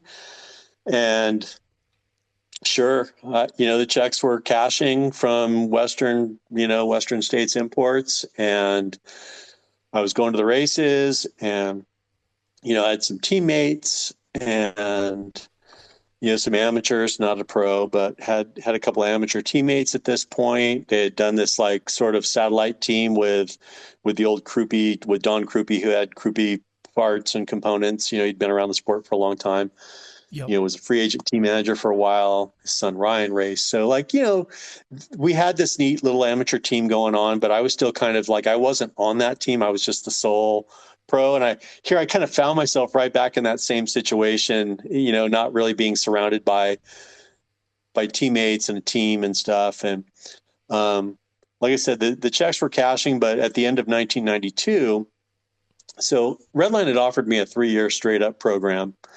And my 2-year deal with Haro kind of had this like, 3rd year option sort of thing to it. I just didn't want to commit to a 3rd year, and I don't think they wanted to either, but we knew that it was something that we wanted to have going into the deal, that, yeah, this can be a 3-year thing. Mm-hmm. And at the end of 1992 at the ABA Grands, I get handed this, this letter that, that there's not going to be a conversation about a 3rd year because Western States Imports, the owner of Haro, was pulling the plug on their, race program, and there was not going to be any money. And in fact, they wound up selling the brand. Like there was more to it than I knew. But so again, Rob, do you see this theme throughout my career? Absolutely. The rug gets pulled out from under me. And absolutely. And this happened at the end of, after the ABA Grands. And, for the most part, there was no room at the inn anywhere. I mean, I really didn't have a viable option. So I raced the first race of the year, just in a black long sleeve t-shirt, and at that point, that was my first dose of, man, you're not going to do this forever. And not that I ever thought I was, sure, but I just didn't see the reality kind of crashing down at that point. I had a couple of good years on Haro, won a lot of races, finished in the top 5 in points. I was solid. Yeah. And, but again, just a sign of the times. The sport in general was not, X Games were overshadowing racing by a ton. A lot of companies were putting their money into that. And I never, even though I love jumping and had some good tricks up my sleeve, I never once considered becoming transferring over to being a pro, dirt jumper. Yep. It just was not in the cards for me. I didn't want to do that. And, Sure. so, I almost make that comment in jest, but I'm with you. so at that point, I'm looking at this, I'm looking at the success that John Tomac had in mountain biking. He came from BMX. Dave Cullinan obviously came from BMX. And, in that time, Eric Carter, Terry Tennant, Pete Lonkarovich, Brian Lopes, we had some guys that were dabbling in mountain biking. So I thought, okay, I don't really have a sponsor. Like, I don't really have like any real commitment. Like, I'll see what I can do to go try to race some mountain bike stuff. And so Toby Henderson was at Iron Horse, and he was racing, but he was also kind of somewhat team manager. He was kind of at the end of his career, and he was, he was well past BMX, but he was kind of even maybe towards the end of mountain biking. And, I'd known Toby for a long time. He lived close by to me. I'd see him on the local mountain bike trail occasionally. And he said, look, I don't have really any opportunity for you, but I'll do the best I can for you. And so, I got some mountain bike stuff and went dabbling around trying to do some mountain bike stuff. And, I had a lot of, my old teammate, John Tomac, was very insightful and helpful for me. And, of course, Cully, Sure. was helpful. He'd been around that scene for a while. So I knew people there. But, I learned really quick that in mountain biking, you really need to be on a good team with a lot of support. I mean, you take a couple of practice runs and your $75 Shimano derailleur might be wrapped around your chain and your frame. And like, the sport was so remedial from an equipment standpoint, from both quality and design. I just looked at that sport as I was in it and went, sure, I got those BMX skills that give me an advantage, but that was another sport that didn't have a lot of opportunity in it. I mean, if you didn't show up and suddenly put results on the board, you were going to get passed over, because there was too many skilled riders in that sport. And BMX is different. AA Pro, you don't just show up. But in mountain biking, the pro classes for dual slalom and downhill were, I don't know, there was so many people in it. Yeah. And people that you didn't even know or hear of, but like they're on good teams and whatever. And I don't know, it just didn't seem like a good fit for me from both the sponsorship stuff, and my heart was still in BMX. I still wanted to race BMX. I just was trying to do mountain biking because it was the next opportunity for me. And obviously BMXers had good results there. And, during that time, interestingly enough, I mentioned Dave Cullinan. He had ridden for Iron Horse prior, like at the beginning of his mountain bike career, and was still interloping in BMX a little bit. And they had built a really nice BMX frame. Dan Handbrink, who was, a notable guy around mountain biking, had built some aluminum Iron Horse BMX frames. Toby had a couple of those. And so I built this bike up, and I went kind of doing some BMX racing, and I wound up winning a race that year. And I didn't go to many. I didn't ride BMX much, but I still eked out a win at a race. So it was nice to not have, a winless season in my record book. Yeah. So I did eke that out. And then that whole thing, about 9 months later, we get into, that starts in, January, February. And 9 months later, I get a call from Dean Bradley, who is at Haro at this point, somebody I'd known forever, again, through magazines that he'd been involved with and stuff. And he's the Haro product manager when I'm riding for them. And he calls me and says, we've got a ride open. We've got kind of our ownership situation worked out, and we're back. And he said, I would love to have you kind of come back and ride for us again. And albeit, you know, maybe they took advantage of me, maybe they didn't, but I didn't get the same contract I had prior. And that was okay. I basically was like, look, I just want to get back on some sort of stable footing so that I don't end my BMX career like this. You know, I had always had goals to be sure that my BMX career ended on a high note. I wanted to make sure that when I left the sport, I was still winning. And the position I was in at that point, I certainly didn't want that to be the reason, right? Sure. Like I wanted to go out on my own terms, more or less. So anyhow, October of 93, I'm back on Haro. And, That's you awesome. know, and I'm back and we're going to go and we're going to do it. And so my first race back ended up being the 93 ABA Grands. And I made the main, and I think I finished in like the top 3 and maybe got 4th, I forget. But I made the main and I finished, you know, high enough up that it was a successful return to BMX, you know, having only done a handful of races that year and only one race. So it was a good return. I was psyched. And went into 94 and wound up having probably what became the best season of my pro career. It's hard to argue with 1990 overall. Even 89 was good. But 94, coming off of what I'd been through the year before with all the struggles and strife and question, to come back in 94, I absolutely seized that opportunity to reestablish myself as a top force. And I led the ABA points most of that year, went into the Grands with a great opportunity to win the title.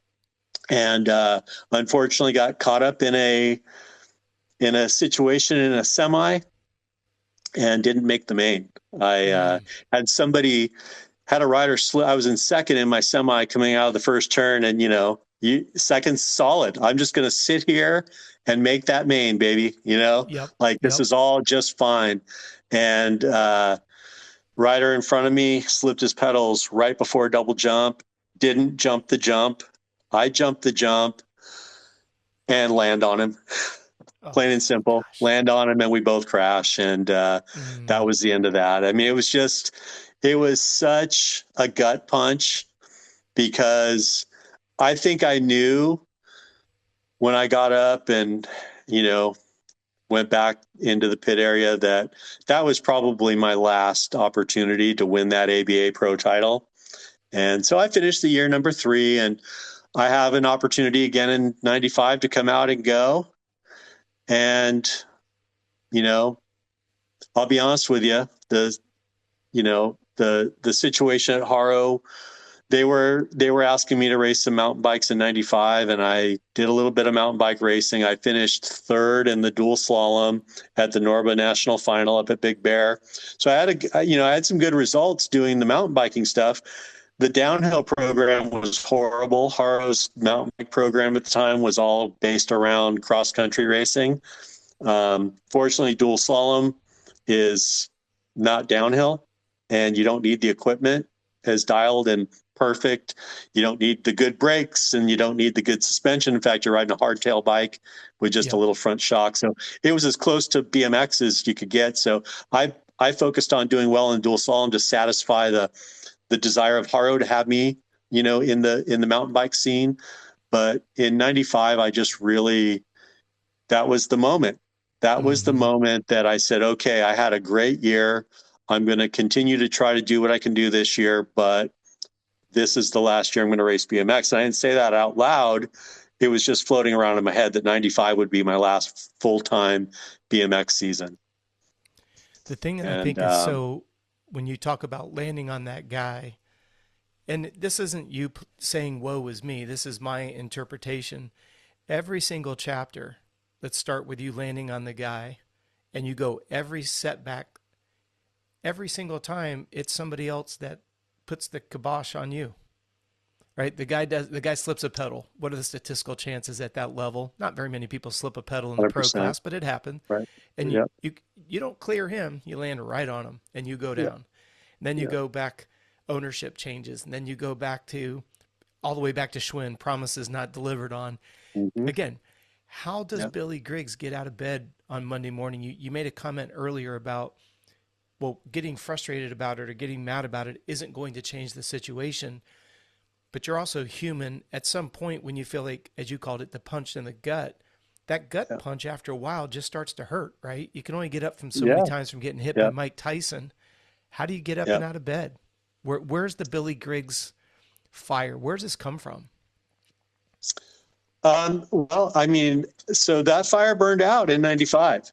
I mean, prior to that though, I mean, like, getting back on Haro, knowing well and good that I didn't want my career to end the way it looked like it could potentially end. I mean, that was the most incentive I ever had, even as, lackluster as that opportunity to get back on Haro was. It was at least enough. It was, what's the old saying in one of my favorite old NASCAR movies, Days of Thunder, when they show up with a sponsor on the car, and Robert Duvall, playing the crew chief, says, "Well, we got a sponsor on the car, but they gave us just about enough money to put the name on the car." So, like, that's kind of my 1995, like my return to Haro was like, because I had nothing, right? So again, I'm not in a position to be able to negotiate. I'm at a point where I want so badly to reestablish myself as a top pro in this sport and be able to then decide whether I want to go out or maybe continue to try to do it. I thought after the performance that I had in 94, I mean, I won like 10 or 12 pro races that year and led the points the whole time. And, it was really good. I mean, the saving grace for me that year was, even though I wasn't making a ton of money from Haro, I was winning a lot of races. So I was racking in the prize money. And so, I mean, that was the saving grace that made it reasonable. And for 95, I thought, well, I've got some bargaining chips. And the reality of it was they're just, nobody said, no, you're not worth that. They said, this is all we can do. I mean, Haro was on the ropes, I mean, they were really on the ropes. And I mean, the struggles that company's had from then on over the last, 30 years, I mean, they've not really ever been back to the Haro that we know, I mean, it's kind of, I've said this before, Haro without Bob Haro is Kentucky Fried Chicken without the Colonel. Amen. It just, and, we've seen that with multiple big brands in the sport over the years. Mongoose, GT, all these brands don't exist anymore.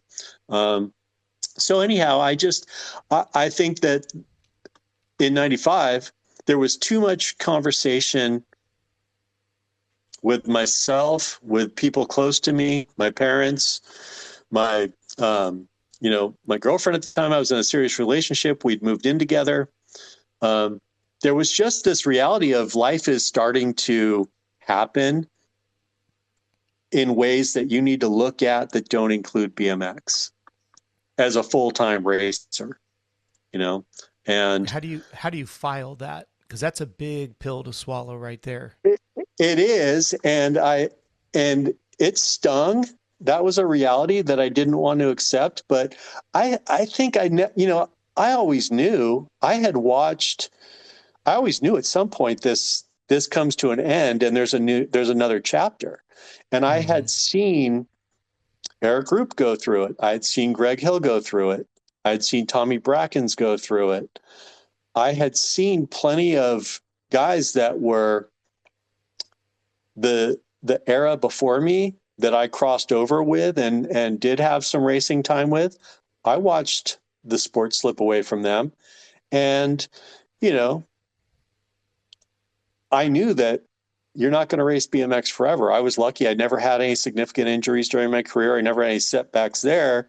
It all had to do really, I mean, my whole career, we've kind of talked about it a lot, that, you know, the rug gets pulled out from under you and your opportunity kind of slips away and you're motivated to find the next opportunity. But at this point, I just had this sort of feeling that maybe this is time that I start considering what's going to happen next. You know, at this point, I had bought a house in 1991 and, you know, I had thoughts in my mind about, I think the day you sign the contract to buy your first house and you're racing pro BMX, that you know that you're not going to pay that 30-year mortgage racing as a BMX pro. Sure, and so that's the first reality in your life, your first man moment of like, I have to like accept the fact that I'm going to, and I think that from that time on, even though the grass was still plenty green at that time, that I know I'm not going to, like, I'm going to have to find something to do. And I had a lot of different thoughts in my mind about what I might want to do. I had tons of opportunities. My dad had gone from being a, you know, just a one truck owner operator contractor, long haul trucker in the furniture moving business.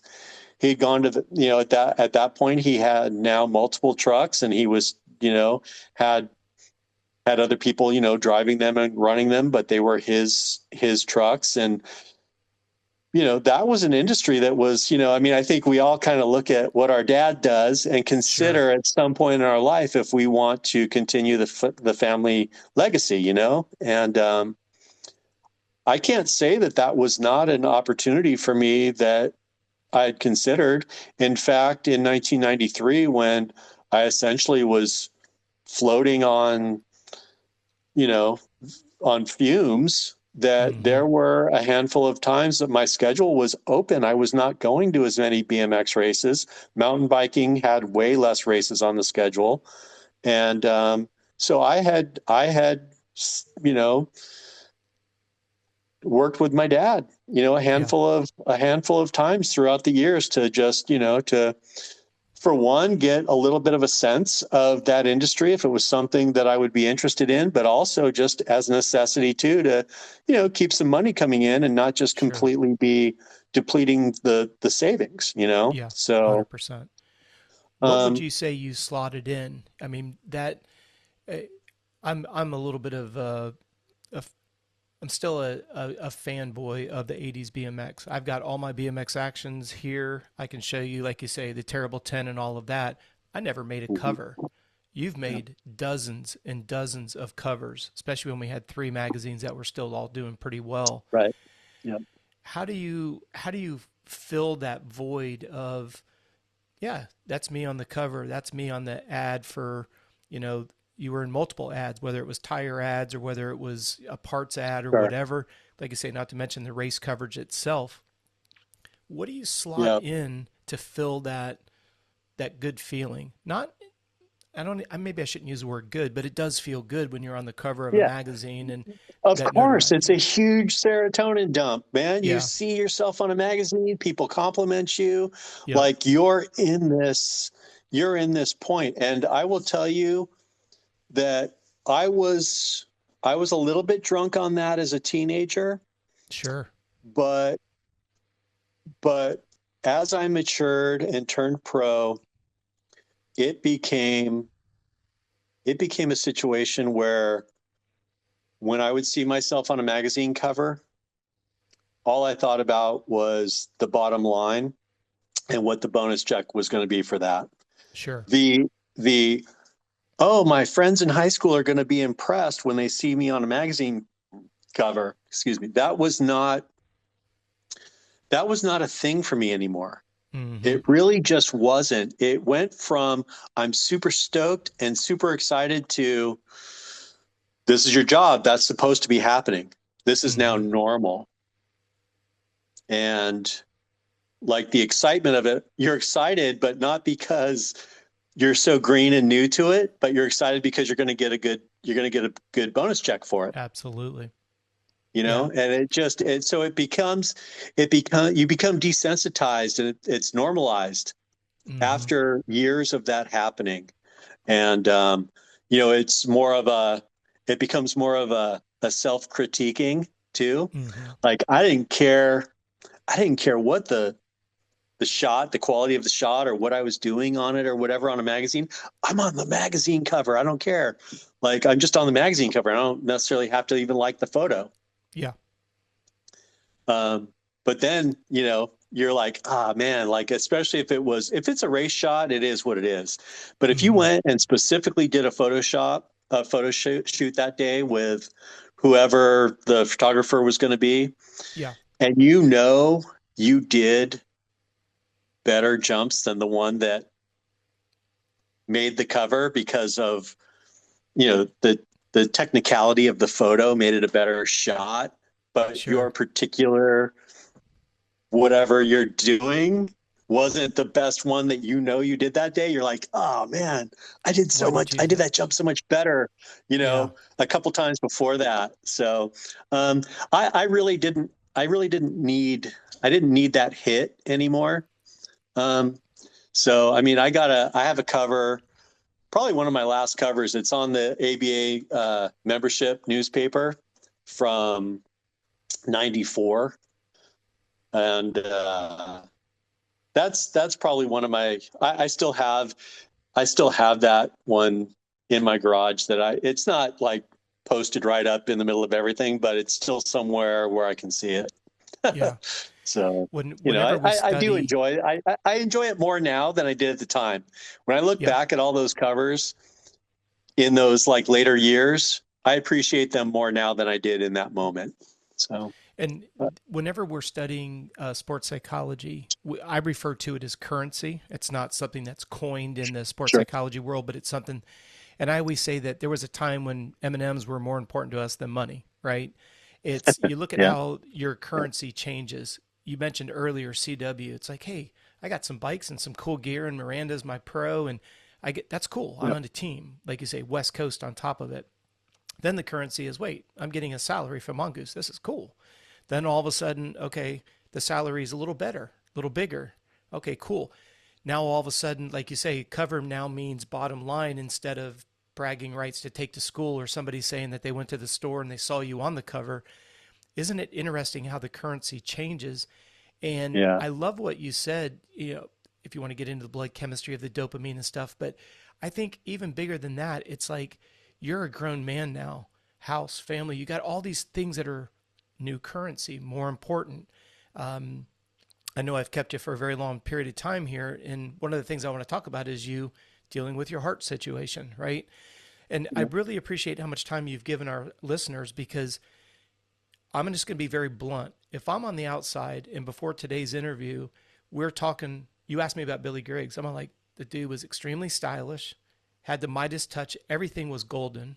The dude was like, the your relationship with BMX Action had to be next level with Wendy and Gork because it wasn't just it was a cool photo shoot. It was a cool photo shoot with your lowered mini, with your lowered truck. I mean, Sure. it just seemed like if you were to ask me before I've had this opportunity to talk to you today, I'm like, dude, you're on easy street. You got the style, you got the looks, you got the covers, you got the bikes, you got the deals. I'm an outsider looking at it going, gosh, man, I remember literally when you're wearing the white Jofa on the CW, not the white Jofa, the JT Jofa. I remember it Yep. like it's Yep. yesterday. I remember the ads, right? I remember when you're completely sideways on the I remember all these. If you were to ask, I'm like, dude, Billy's had easy street. Everything he touches has been a Midas touch. And then after day, I'm like, oh, the reason why he changed 2 teams in a year was because he gave him an ultimatum. I'm Yep. thinking, oh gosh, man, Mongoose is like, oh, we'll just throw him a boatload of cash, steal him from Schwinn. Oh, we'll steal. Redline's going to throw more money. It's the Right. exact opposite, like you said. And for me to hear you say, I never felt like I was in the in group. And I'm sitting here on the East Coast, like, man, he's in terrible 10. Like I said at the onset of the conversation, and I do appreciate it's already been a couple hours, and thank you for everybody who stuck with us because I love this story. There wasn't a blemish on that helmet that was wrong.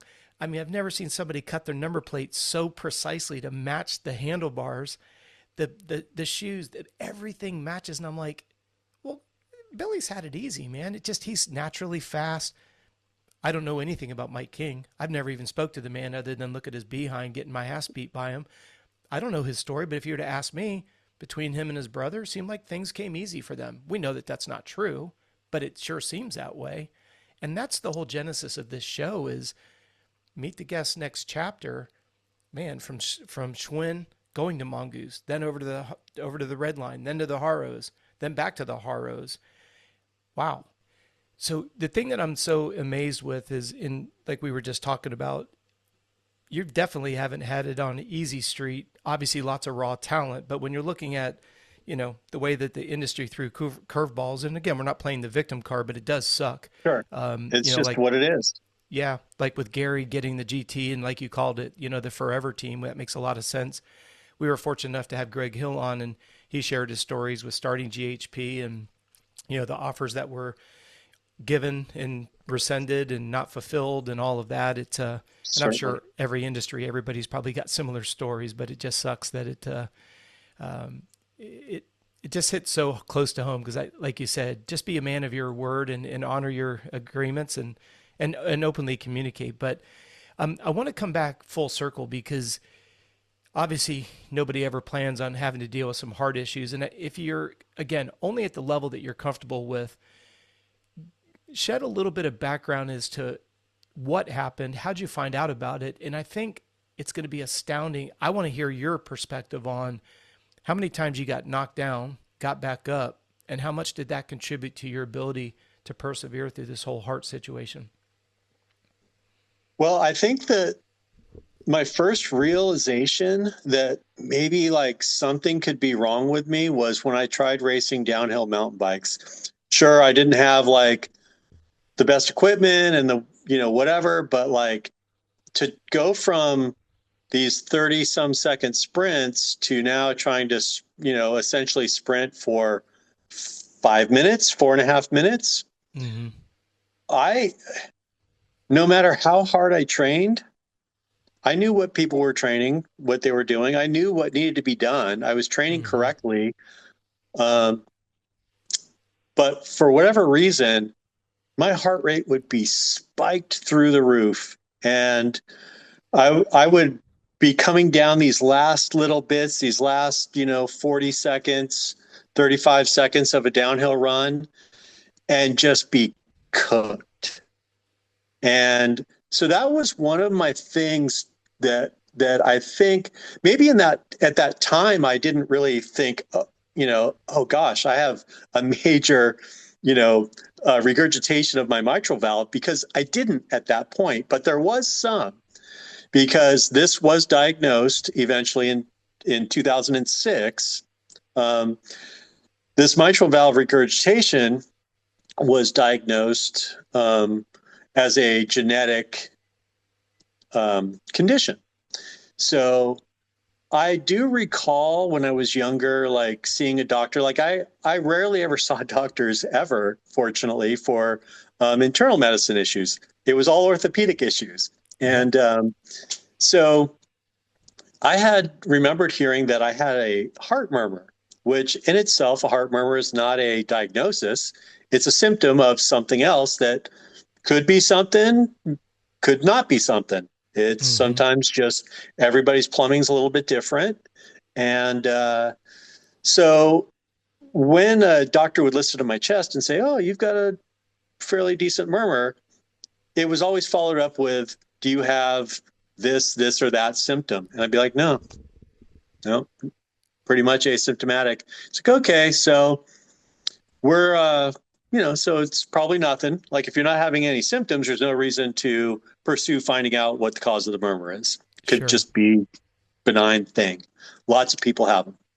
And so, I retire from full-time racing in 1995, and I raced my last AA Pro race in 2000 because, as I retire and I wind up taking the job at GT, I have opportunity to still race part-time as a test rider, product development guy kind of thing. And I raced BMX pretty proficiently, even though it was part-time, into, 2000, and continue to recreationally ride BMX and ride, mountain bike over the next few years. And then, around 2004 or 5, I get back into moto.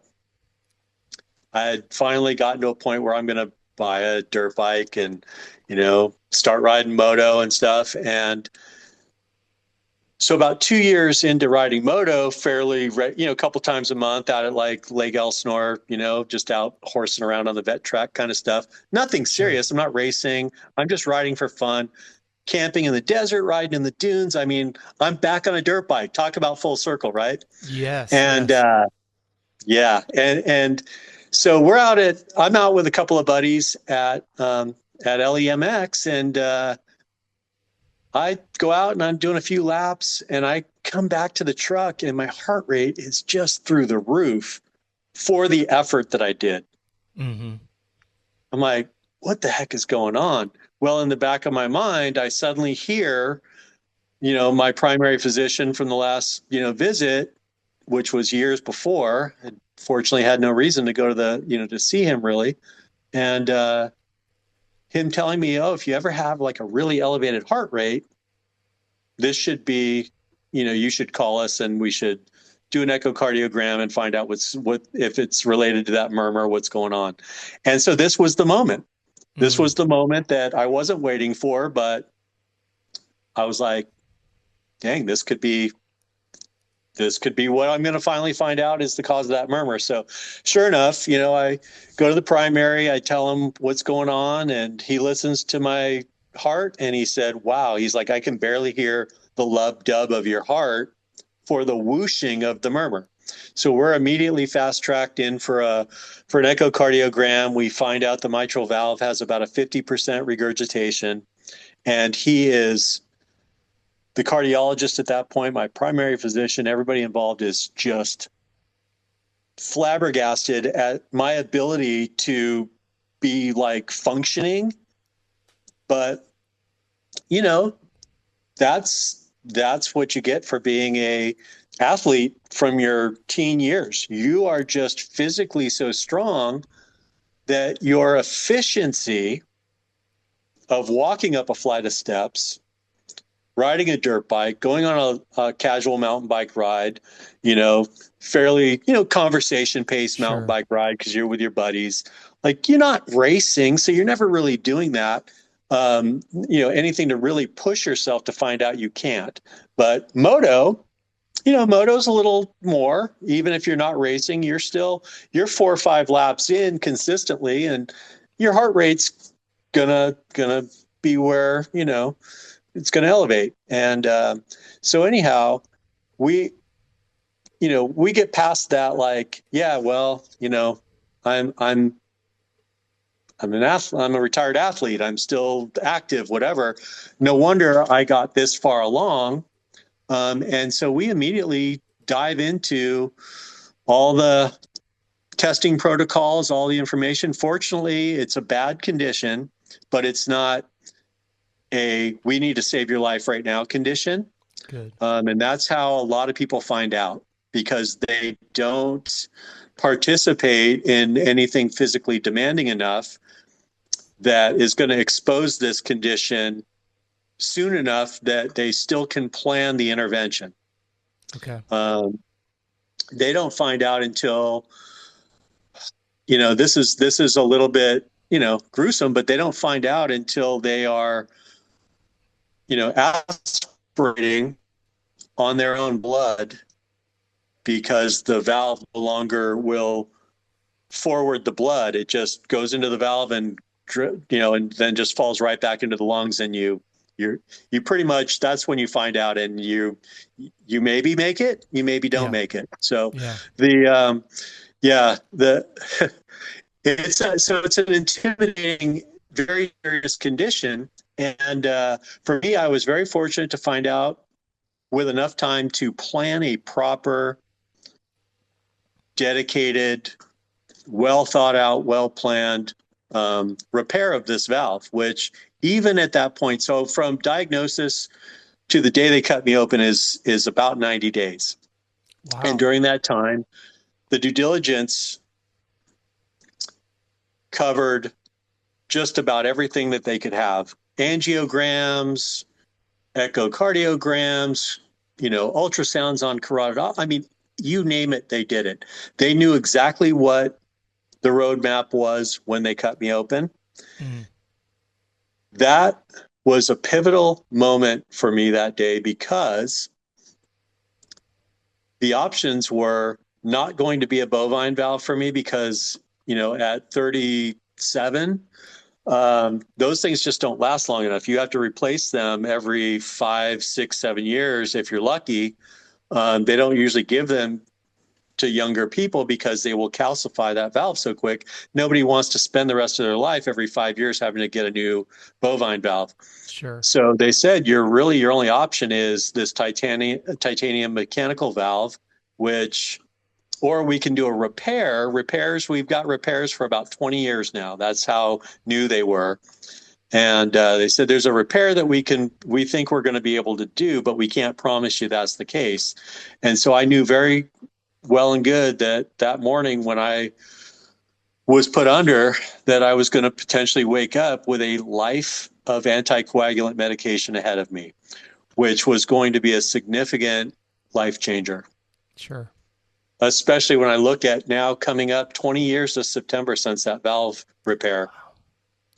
What I think about my last 20 years since that repair and what it would have looked like if I had gotten a mechanical valve that morning versus them being able to repair my existing valve. Yeah. What a different life I would have led, and the Amen. opportunities and things I've done over the last 15 years with BMX again. And, just incredibly fortunate that day I was able to have that valve, repaired and not replaced. And so, that valve is still holding up very good. Nice. I got through the recovery, and in 6 months I was back out at Elsinore turning laps on that 450 again. Nice. So that's yeah, awesome. Probably a little sooner than the doctors would have liked, but they really do tell you on a sternectomy, you should give it a full year. Yeah. But I was careful. Absolutely. Yeah. And what would you contribute, or do you contribute the trials and tribulations of opportunities, disappointment, when you're making this executive decision with the doctors?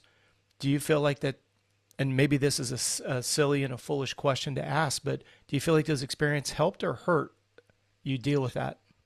I'm a firm believer that without significant adversities in your life, that you lack a sense of appreciation for what you're actually capable of in your life.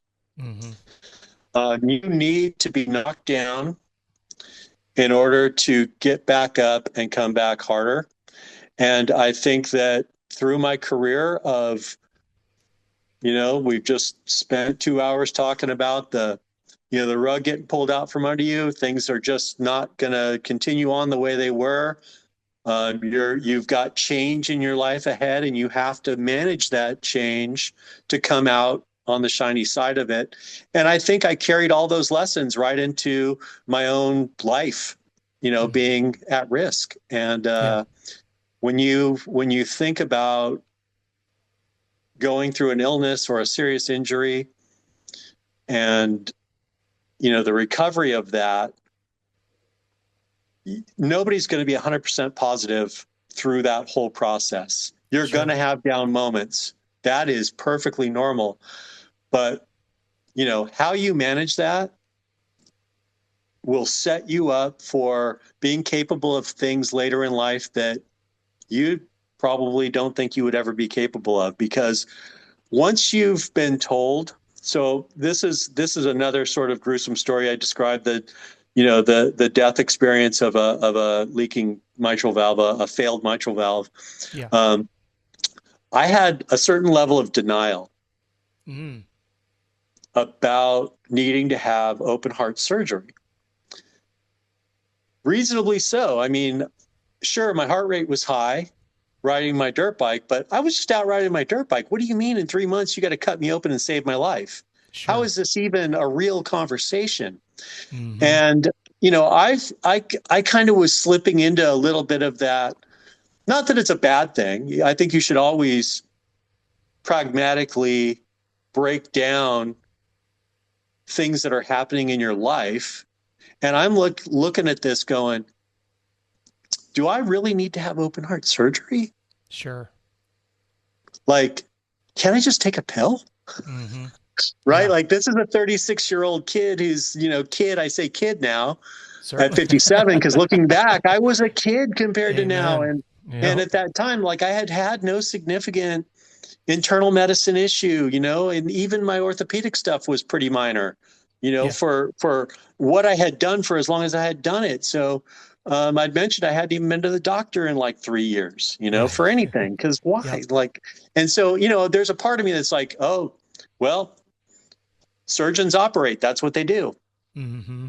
Of course they want to cut me open and fix this valve. Why Sure. would you just put me on something to control my heart rate, maybe, or, whatever. I don't know. Yeah. Fortunately, the internet was not what the internet is today. So there wasn't really a whole lot of, you know, rabbit holes for me to go down there and self-diagnose or whatever. Sure. But, I just, it's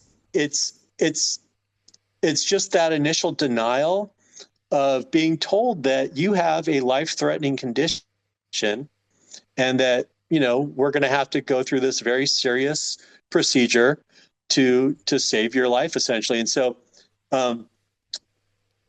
back to the gruesome, about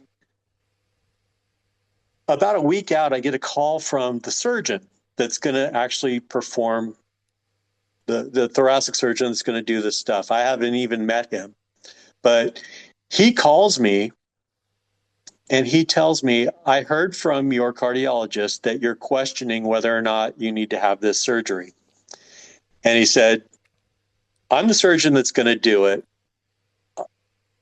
I don't really I'm here to save your life. I don't care if I offend you. In so many words, I'm kind of paraphrasing, Sure. but he's Sure. like, your cardiologist has bedside manner. He's painting for you a very pretty picture to keep you calm and not panicked. And so I'm here to tell you that if you don't have this surgery, you will be dead inside of 2 years. Wow. Mm. And I'm not trying to scare you. I'm not doing the work of the cardiologist or the insurance company or whatever. He's like, I've seen these heart valves in better shape than yours that have had the worst outcome. And he's like, whatever you do, don't back out on this surgery. Nice. And then he made a promise to me that he would do the very best. I mean, I actually told him, I said, I'm really concerned about having to be on blood thinners for the rest of my life. Mm-hmm. And he's like, well, the rest of your life's only going to, he said it again, the rest of your life might only be 2 years, if not less. He's like, 2 years is like the best. Yeah, no. And so, and I got off the phone with him and I literally wept. Yeah. Because I think that was, even though I'd been 3 months into, almost 3 months into the preparation for this was the first reality, the real hardcore reality that I got. No doctor told me in those 3 months that they said, yeah, this is a potentially fatal situation. It has to be dealt with. The bedside manner and not sending you into panic. I appreciate that. I 100% appreciate that. And, if they would have told me the truth from the get-go, I don't know how. I may have ran even harder away in the opposite direction in disbelief, hard to say. But nonetheless, I woke up from that surgery and the first words out of my mouth were they able to fix it? Nice. And the nurse, told me right away that yes, they were able to repair your existing valve. Nice. And at that point, it was just awesome. So the downside of that whole situation, because overall it was great. And, the long-term downside of that, unfortunately for me, was that, when I woke up, when they restarted my heart, it restarted in atrial fibrillation. So that's just an irregular heart rhythm for people that maybe don't know. And so, it's my heart's beating kind of rough and a little bit off time, but I'm on so many meds, keeping the rate low while I recover. It's not really something that's that big of a deal. So I'm going to be in the hospital for a week recovering. They give me, they're just taking good care of me, but they give me a bunch of drugs to try to chemically convert me back to normal sinus rhythm. None of that works. So they send me home. I'm going to be on anticoagulants, just recovering from this anyway, so they're not concerned about the arrhythmia. I'm on the anticoagulants, and about a month and a half in, I go in and they decide that they're going to electrocardiovert me. Basically, 200 joules. Boom! They're going to stop my heart. Basically, hit the reboot button. So they knock you out. They put you under. They hit you, heart resets to normal sinus rhythm. I wake back up, all's good, continue with everything's fine. They do tell me that, and I'm sure this was somewhere in the conversations up front, when you're going to have open heart surgery, there is a lot of paperwork. I thought buying a house or buying a car was a lot of paperwork. When you're having open heart surgery, there's a lot of paperwork, and some of it's a hard conversation to have. There's the the DNR, there's all these things that if it goes, you're literally potentially signing your life away, and so there's a lot of stuff there. And I'm sure in the fine print, all the potential side effects that you could have after this surgery are listed. I just was focused on the prize, right? Just get through this, get it fixed, let them save your life, all this stuff. I really didn't care. I'd already tried to get out of it, right? And the surgeon said, no. Right. So, I get 4 years down the road and I wake up in the middle of the night with my heart feels the way a fish looks flopping around out of water, right? It's just bouncing around all crazy, heart rate's high. I'm a little bit lightheaded, a little dizzy. And I know, obviously at that point, this is 4 years later, I feel pretty good that I'm not having something major. And I did have that AFib initially. So I was aware that this was a thing. And I was aware when it happened that something like 30 to 40% of people that have an open heart surgery for any reason, bypasses, whatever the reason, that there's a 35 to 40% chance that you will develop arrhythmias at some point in your life. So, 4 years later in 2010, I began a battle with atrial fibrillation. And, I fought it hard, for about close to a decade. I did pretty good it was still paroxysmal. I would go in and out. I'd have episodes that would come in and out, but I could stay in sinus rhythm for, weeks at a time. And then I might slip into AFib. And then, over the course of that decade, I was electrocardioverted another 6 or 7 times. And what's funny about that is my cardiologist was like, you're young, you're strong, your cardiovascular system is clear as a bell. One of the funny things about all the due diligence is that you're going to have procedures and gain knowledge about your own health and well-being that no primary physician would ever just voluntarily do to just find out, right? I had this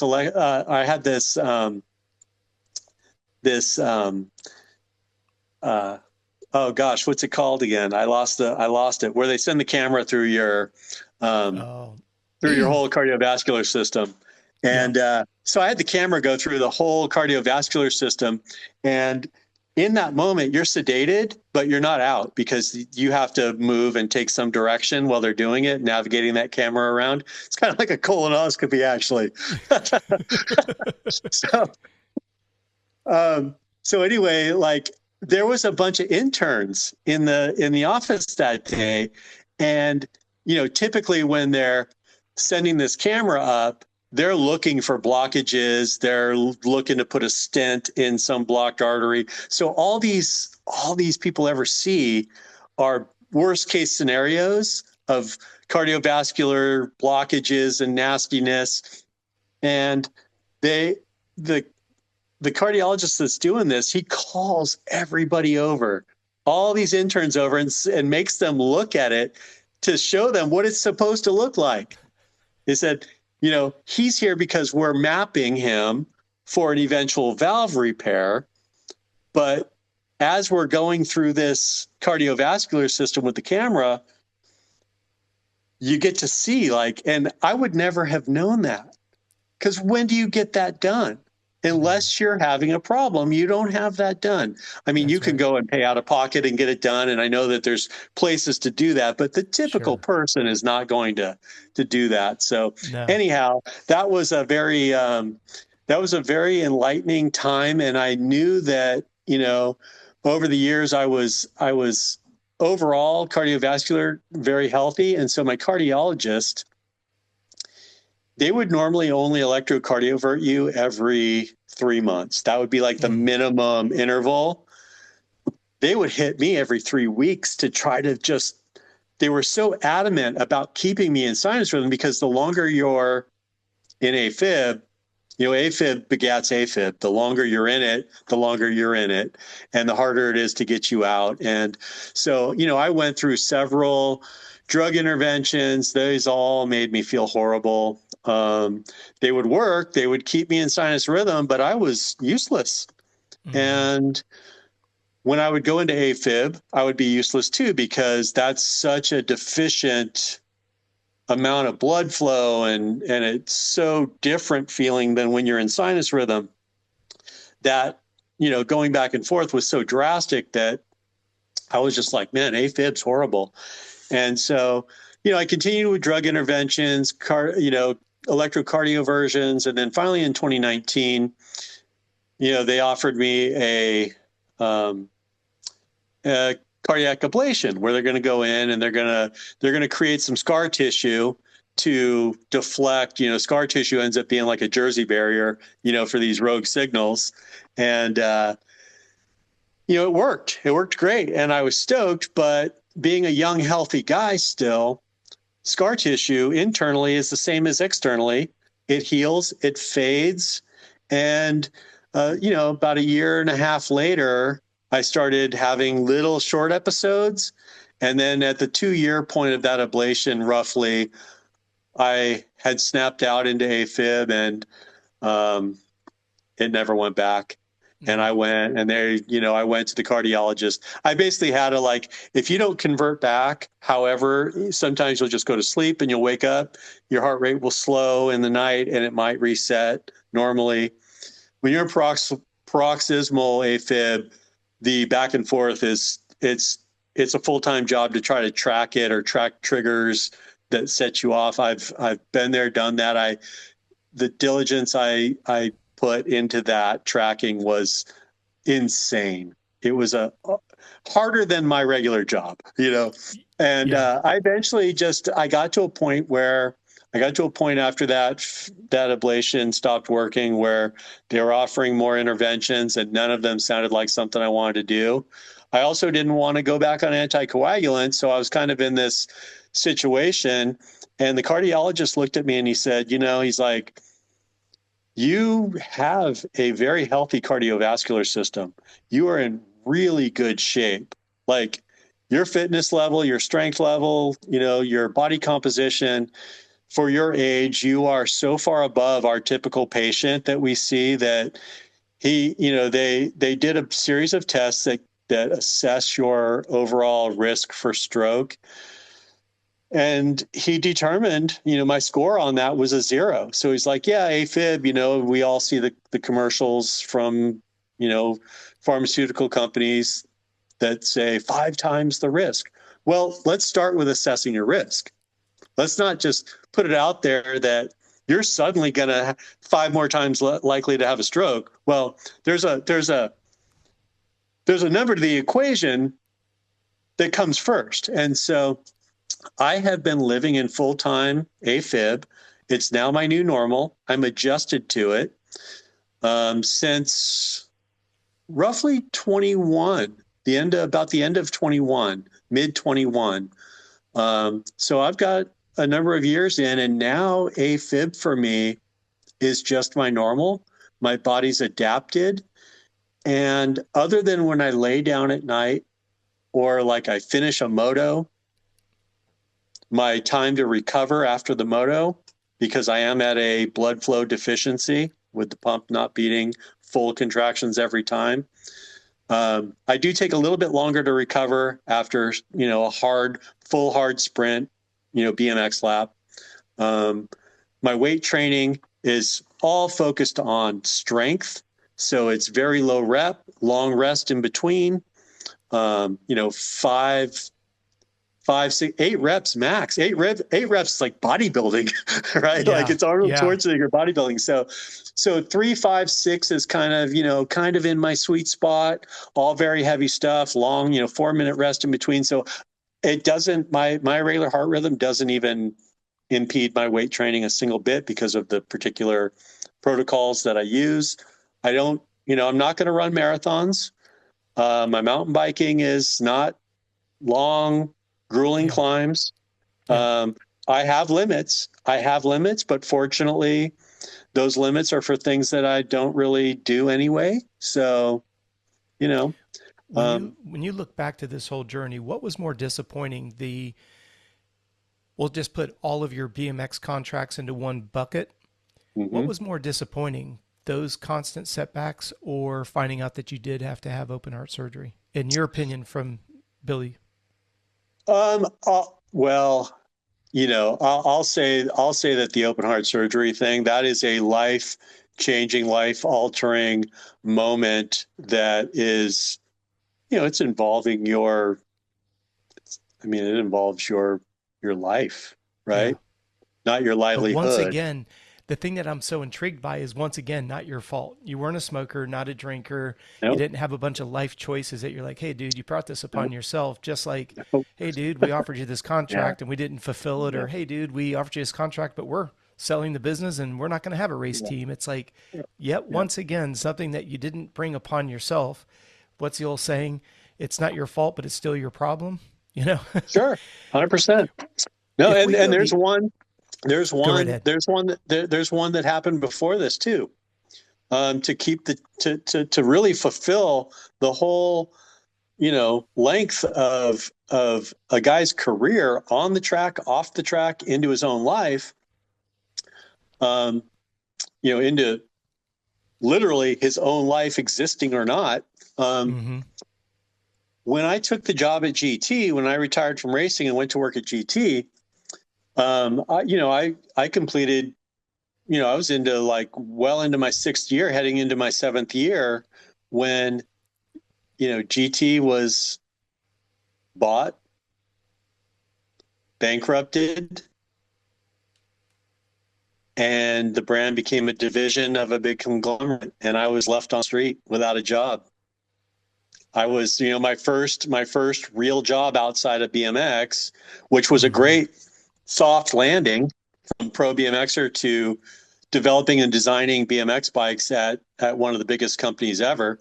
And, going from Haro to GT as an employee, from a factory racer to an employee at GT. We all remember the Haro GT feuds, before that. That was kind of that was a big move. It was also a homecoming for me though, because going to GT, the first bike that I ever got to start racing on was a GT. I started my career on a GT, and then the very last AA Pro race I ever raced was in Cordova. Well, it was Elite Pro at that point because it was UCI in 2000 at the World Championship, and that was my official retirement race. I never used the R word. Yep. I just used that. I'm not doing it full time, but I did go into that race committed that that would be my last AA Pro race, and made the semi. Actually, made the semi. Nice. Yeah, part-timing it in Elite Pro, 5 years after being fully retired. I was so committed and on for that race mentally that even though I was physically not probably where I needed to be against who I was racing, that was one of those, Rob, where you will yourself to do the thing. Absolutely. But so, yeah, I mean, again, that was a dream job for me post BMX when I decided that that was the path, and to have it end because the company was sold and then bankrupted by the new owners. Unbelievable. Let me ask you this question, and it's got two components to it. What would you consider is your biggest achievement? And then of all the magazine covers, which one's your favorite? My biggest achievement, from your perspective, not what I as a fanboy would sure. think, from your perspective. So my personal biggest achievement for me was, I believe, looking back now, I maybe didn't say this in the moment because in the moment it wasn't. It's not until it becomes that, right? Provable. Yep. When I look back right now, I will say, especially compared to some of the peers that I have, not that any of them, not to slight them in any way, but I think my biggest achievement was transitioning from professional athlete to a successful career in a big industry that's different than the cycling industry, and becoming, a successful professional in life, in away from bicycles, making that transition. I think that's my biggest achievement. A guy who raced his bicycle that had perceivably all of it. And in many ways I did. Sure, we've talked about the shortcomings and the trials and the tribulations, but for overall, to go from the top of a sport to being able to take that success and equate it in real life, in business, away from the bike industry, I feel like that's my biggest achievement. That's Now, huge. that opportunity came out of BMX. I maximized and leveraged everything I did in BMX to get my job and opportunity in the toy business at Razor. We all know Razor scooters. I'll go ahead and give the shameless plug here. Sure. That company is, I've shown the logo. Razor just celebrated its 25th year in business last year. I started in year 3 of the company. And so Wow. I'm coming up on my 23rd year this year. Congrats, And, man. and so I think that being able to take that opportunity and turn it into a lifetime career is probably my biggest accomplishment personally and professionally. That makes sense. What's your favorite cover of all the ones you've had? Got to be that first BMX Action magazine. You never forget your first. And getting Amen. my first cover of BMX Action magazine at the USBA Grand National, that short-lived sanction that popped up, that was my first race on Redline. And I'm doing that 1 foot X up in a impromptu jump session, like I think somewhere like around before the mains were starting. And I mean, that's your first cover. I mean, getting a cover on BMX Action magazine, I had gotten a full page Hot Shots before that, and that was big. That was extremely big for me. But that cover on BMX Action magazine on Redline, my first race on the team, like I'm on Redline. We talked about what Redline meant to, like, that was the most, like, Stu Thompson, Redline. It's the most iconic brand of the 80s. I'm on Redline on the cover of what, I look back on. I mean, BMX Plus was great. I'm thankful for Super BMX and the other magazines that popped up. But BMX Action was the Bible of our sport. And so I'm a senior in high school on Redline, on the cover of BMX Action magazine. Nothing was better than that afterwards. I could so see that. I mean, Yep. being a competitor of yours at the time, that would be a dream come true. Like you say, putting it all together. So that's cool. Yep. Well, man, I can't thank you enough for your time. I always end the shows by doing some rapid fire. You ready for some rapid fires? Let's go. Okay. What are your 3 non-negotiables? My 3 non-negotiables. I don't know. I'm a pretty easy-going guy. I don't know if I am non-negotiable. I'm a pretty open guy. Like, I mean, if I'm just going to throw some stuff out there that's super important to me, I have to sleep. Sleep is like, when the lights go out, the lights go out. Don't make noise. Don't stay up. Don't, like, if I'm at a race and I have somebody staying in the room with me, you're not on your phone when the lights go out. Like 7-8 hours of sleep, I have to have it. I have to have it for my physical function, my cognitive function. So sleep is most important. I don't like when people park in front of my house. That's kind of a non-negotiable. Like, don't park in front of my house if you're not visiting my house or you don't live here. I don't like that. It's a frivolous, ridiculous thing, but it's a pet peeve that if I have a chance, I will say, hey, I live on a corner and there's a side street that's a dead end street. It's not a cul-de-sac. It's like where the neighborhood continued, but there's you can park 6 cars down there, park down there. But, that's just that's frivolous but it's kind of funny in a way, because it's the grumpy old man in me now that I've become. Absolutely. Yeah. That's what I was going to say. I mean, you can say that about 8 hours of sleep and food. I mean, food, if people want to go out to dinner and they're going someplace where I don't want to eat, I'll go, but I'm not going to eat food I don't want to eat. I will eat ahead of time, and I'll go and I'll order something simple that I can pick at. But I won't sacrifice social activity just over the choice of restaurant. But I'm not going to eat food that I don't want to eat, because everyone's going there. So sleep, food, don't park in front of my house. I love it. Those are awesome. If you came with a warning label, what would it say? Talks too much. Really? Yeah, it talks too much. Talks too much. Takes way too long to tell a story. Can't get to the point ever. Interesting. See, I think you're very good at giving details, and I think the context is so important, particularly with the nature of this podcast is there's got to be context. I think you do a phenomenal job with that. Who would you say was your biggest childhood hero when you were growing up? I wanted nothing more than to be Stu Thompson.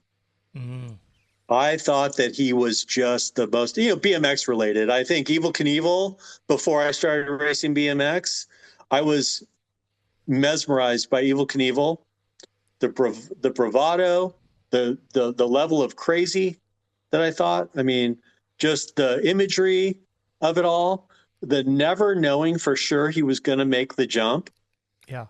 That excitement. I still have images of like the Caesar's Palace video, so I think that, I mean, when I was very young, that was some, but then when I got into BMX, heroes then became BMX pros, right? Because that's just what your life is consumed with. And so I think that I think that Stu Thompson really stands out to me. And one of the reasons I say that, because I did admire a lot of different people, but when I see Stuart today, and I just saw him last Saturday. Wow. And when I see Stuart, I still feel like a 13-year-old kid. I still feel that way. And that's kind of amazing. It's funny you say that, because my first win in the expert class was at Homestead, Miami. And I literally have a picture. It was the first time I got to see Stu Thompson. And I literally have a picture of me. I had my mom with the good old, had to take it down to Eckerd's and get the film developed. That's how long ago we're talking. And it's funny because it was Stu was my guy. I was always intimidated with Greg Hill. That's why I was impressed that he was willing to do a podcast with me, because I remember seeing him at Waterford Oaks. And I remember when they had the ESPN series, and if you go back and you watch that, he crossed the finish line, he'd take his helmet off and just look back at everybody. I had no idea, because obviously I never knew Greg Hill. And in our podcast, he talked about how he grew up getting the crap beat out of him all the time, and he was just full of anger and wanted to fight everybody. And it's funny because I was always afraid to ask for a picture or something, because I always thought he was just going to punch me in the head, but I never knew why. So it's interesting. Stu Thompson was the only guy that was ever comfortable enough, and that, like you're saying, that was who I looked up to, but he's the only one I felt comfortable asking for. So that's cool. Yeah. What's the last song you've listened to? There's a new Social Distortion record coming out, and they're, from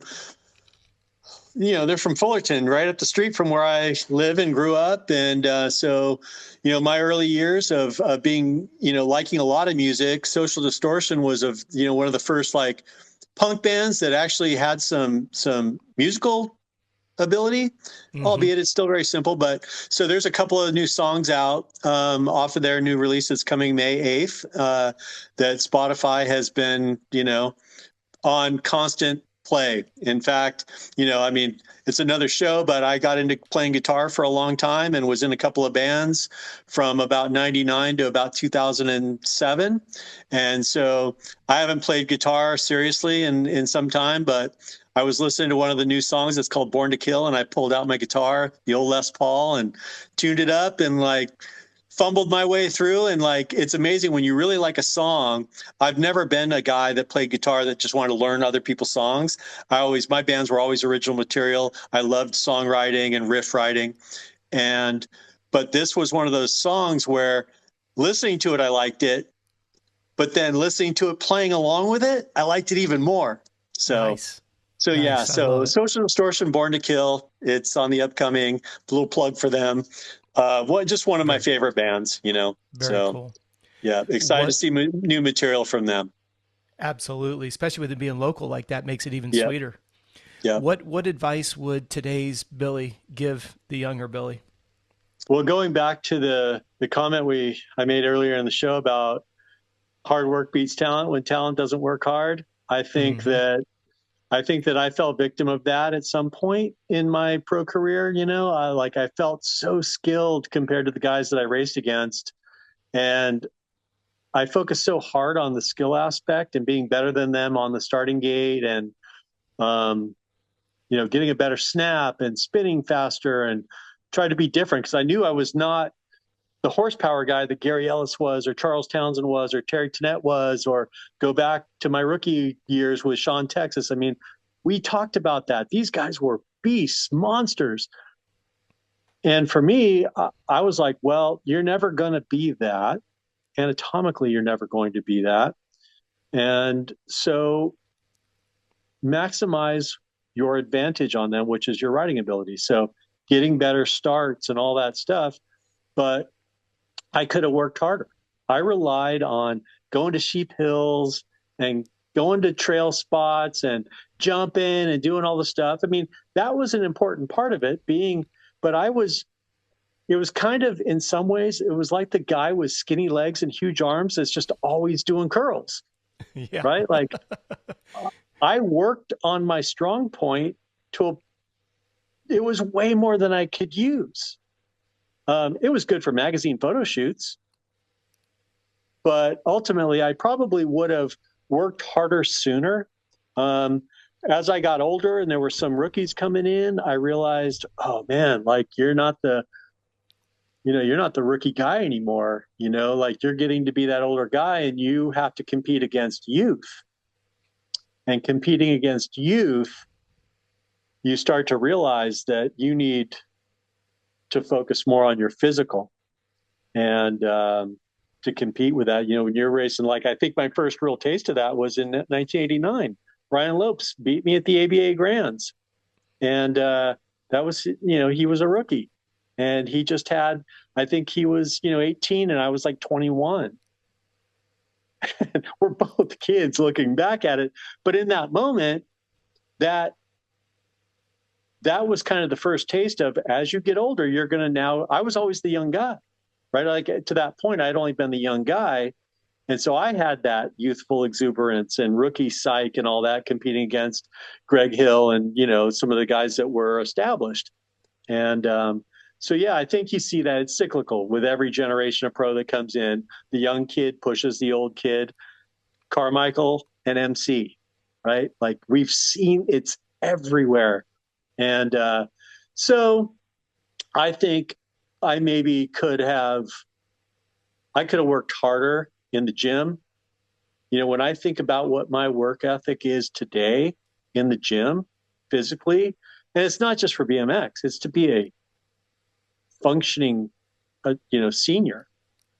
And, taking out the trash cans, carrying in, I go get the 5-gallon water jugs for my water cooler. I go fill them up at the water store down the street. And my neighbor will see me farmer carrying both of those things in from the back of my van in through the garage. And they're just like, what the heck? And it's like, no, this is nothing. This is nothing. And that's how you should continue to live. So I wish I would have had that work ethic and maybe that knowledge back then. But, hey, if we were as smart at 25 as we are at 55, come on. Yep. Nope. Like that's just not the reality of it, Exactly. So anyhow, so yeah, talent, hard work beats talent when talent doesn't work hard. That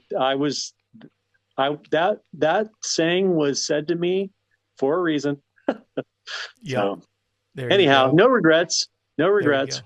You played the cards. You play the cards you've got, and no regrets, man.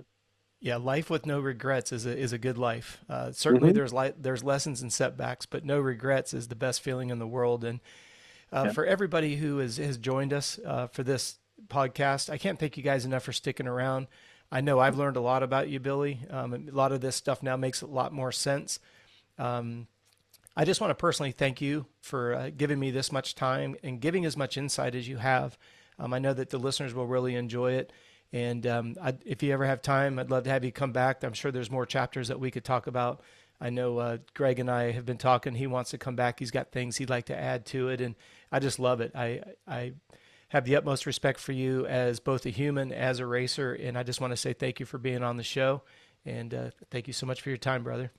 Thank you, Rob. And I would love to come back and talk more about that time in the bike industry, because it was electrifying. As a employee post racing, there was a lot of great time in between there. So in the development of leading me to the profession I'm in today and the position and the job that I do today. So I appreciate you, Rob, for having me on. This has been one of the most interesting podcasts I've done. So I love the format. I love what you are trying to pull out of people. And I especially appreciate everyone that hangs in there and watches the whole thing. Thank you very much. Absolutely agree. Thanks so much, Billy. Appreciate you, buddy. Yep. Meet the Guest. Next chapter. Part of the Coach Robb Podcast Network.